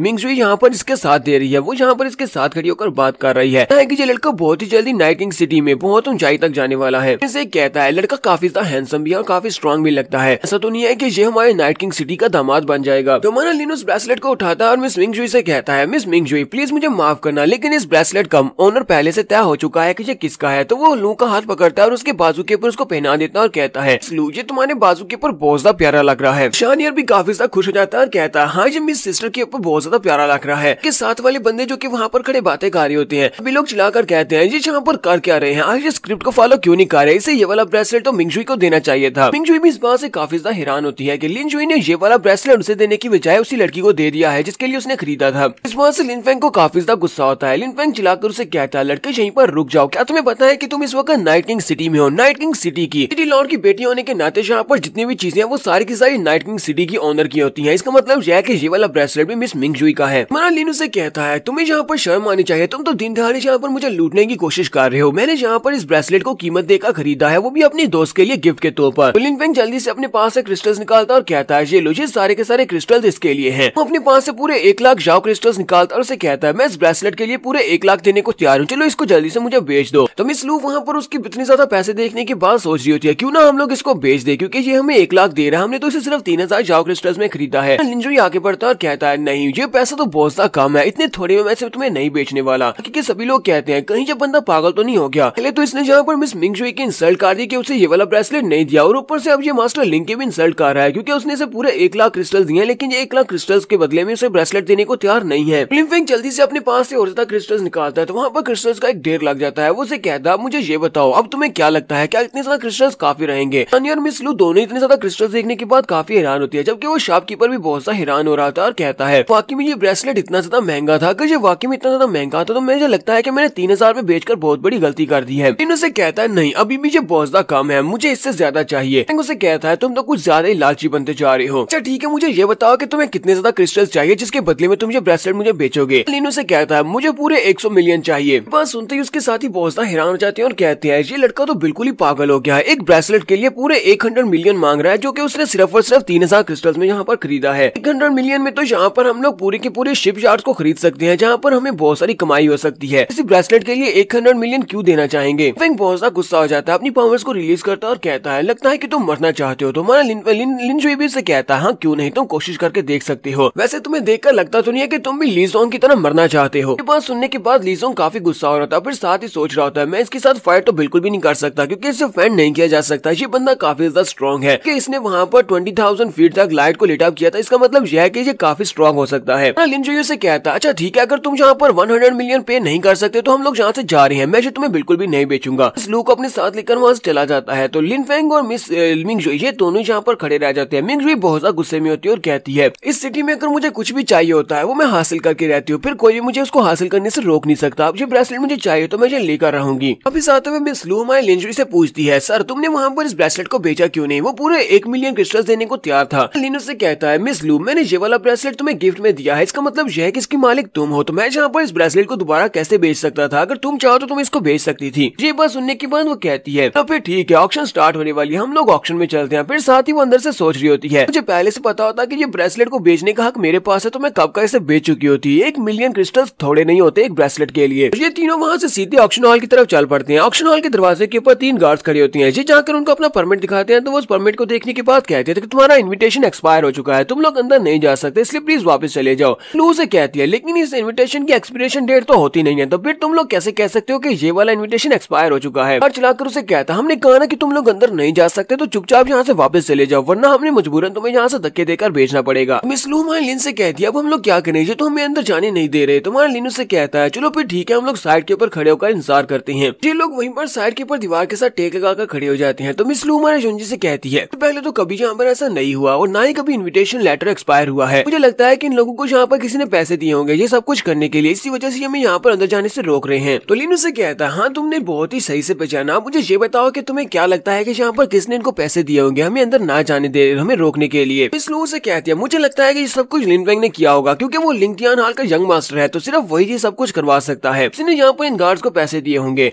पहले से वो तुम्हारे खिलाफ है, क्योंकि वो मिंगजुई को पसंद करता है और उसे लगता है कि मिंगजुई तुम्हारे अंदर इंटरेस्टेड है, इसी वजह से काफी बार इंसल्ट भी हो चुकी है। मुझे लगता है कि इसी वजह से वो तुमसे बदला लेने के लिए तुम्हें ऑक्शन हॉल में जाने नहीं दे रहा। उसे कहता है, तुम्हारा एनालिसिस काफी ज्यादा अच्छा है। हाँ ये बात वाकई में सच है। शानियर उसे कहता है, तो बिग ब्रदर क्या हम लोग यहीं पर खड़े रहेंगे? आखिर हम लोग कब ऑक्शन के अंदर जाएंगे? हम लोग तो यहाँ पर ऑक्शन में जाने के लिए आए थे ना। इनसे कहता है, तुम्हें ज्यादा परेशान होने की जरूरत नहीं है, बहुत ही जल्दी यहाँ पर कोई आने वाला है जो हमें अपने साथ अंदर लेकर जाएगा। देर के बाद वो यंग मास्टर वहाँ पर पहुंच जाता है अपने दोनों गार्ड के साथ। जब वो वहाँ पर पहुंचता है, क्लोज की तरफ देखने के बाद कहती है, क्या तुम इसका इंतजार कर रहे थे? ये तो बाइलो शैंकिंग पैलेस से है। लिन से कहता है, तो क्या इसमें कोई मसला है? तो वो से कहती है, नहीं मसला तो कोई भी नहीं है, लेकिन मुझे पता है कि बाइलो शैंकिंग पैलेस वाले तो बहुत ज्यादा पावरफुल है, वो एक टॉप टियर का सेक्टर है, ताकि वो लिंगटियान हाल और थंडर क्लाउड सेक्टर दोनों से ज्यादा पावरफुल सेक्टर है। मैंने इस तरह भी सुना है कि जो 3 पावरफुल एम्परर्स थे, उन 3 पावरफुल एम्परर्स में से एक पावरफुल एम्परर बाइलो शैंकिंग पैलेस से आया था। लिन से कहता है, तुम्हारे पास तो काफी सारी नॉलेज है, तुम्हें तीनों एम्परर्स के बारे में पता है। हाँ, ये बात वाकई में सच है कि मो लोंग हांग वो वाकई में इनके पैलेस से आया था। इसलिए अब लिन की बात सुनने के बाद सोच रही होती है, इसको तो यहाँ पर तीनों एम्परर्स के नाम के बारे में पता है, और इस लड़के का ओरिजिन क्या है और ये कहाँ से यहाँ पर आया है। वो यंग मास्टर वहाँ पर पहुँचता है तो वो साइड के ऊपर देखता है कि लिन वहाँ पर अपने दोस्तों के साथ दीवार के साथ खड़ा है। यंग मास्टर हमारे लिन की तरफ देखता है और कहता है, यंग मास्टर तुम अपने साथियों के साथ वहाँ पर क्यों खड़े हो, तुम्हें एंट्रेंस के बाहर खड़े होने की क्या जरूरत पड़ गई। देखकर तो ऐसे लगता है कि जैसे कि तुम्हें अंदर नहीं जाने दिया गया, इसी वजह से तुम दीवार के साथ खड़े होकर जहाँ पर इंतजार कर रहे हो। यहाँ पर हम लोग अपनी एपिसोड 20 का एंड करेंगे और नेक्स्ट एपिसोड में देखेंगे क्या हमारे लिंजुई को अंदर जाने को मिलेगा या नहीं। तो एपिसोड की एक्सप्लेनेशन अच्छी लगी हो तो कमेंट करके जरूर बताइएगा। चैनल को सब्सक्राइब कर दे, वीडियो को लाइक और शेयर कर दे। शुक्रिया।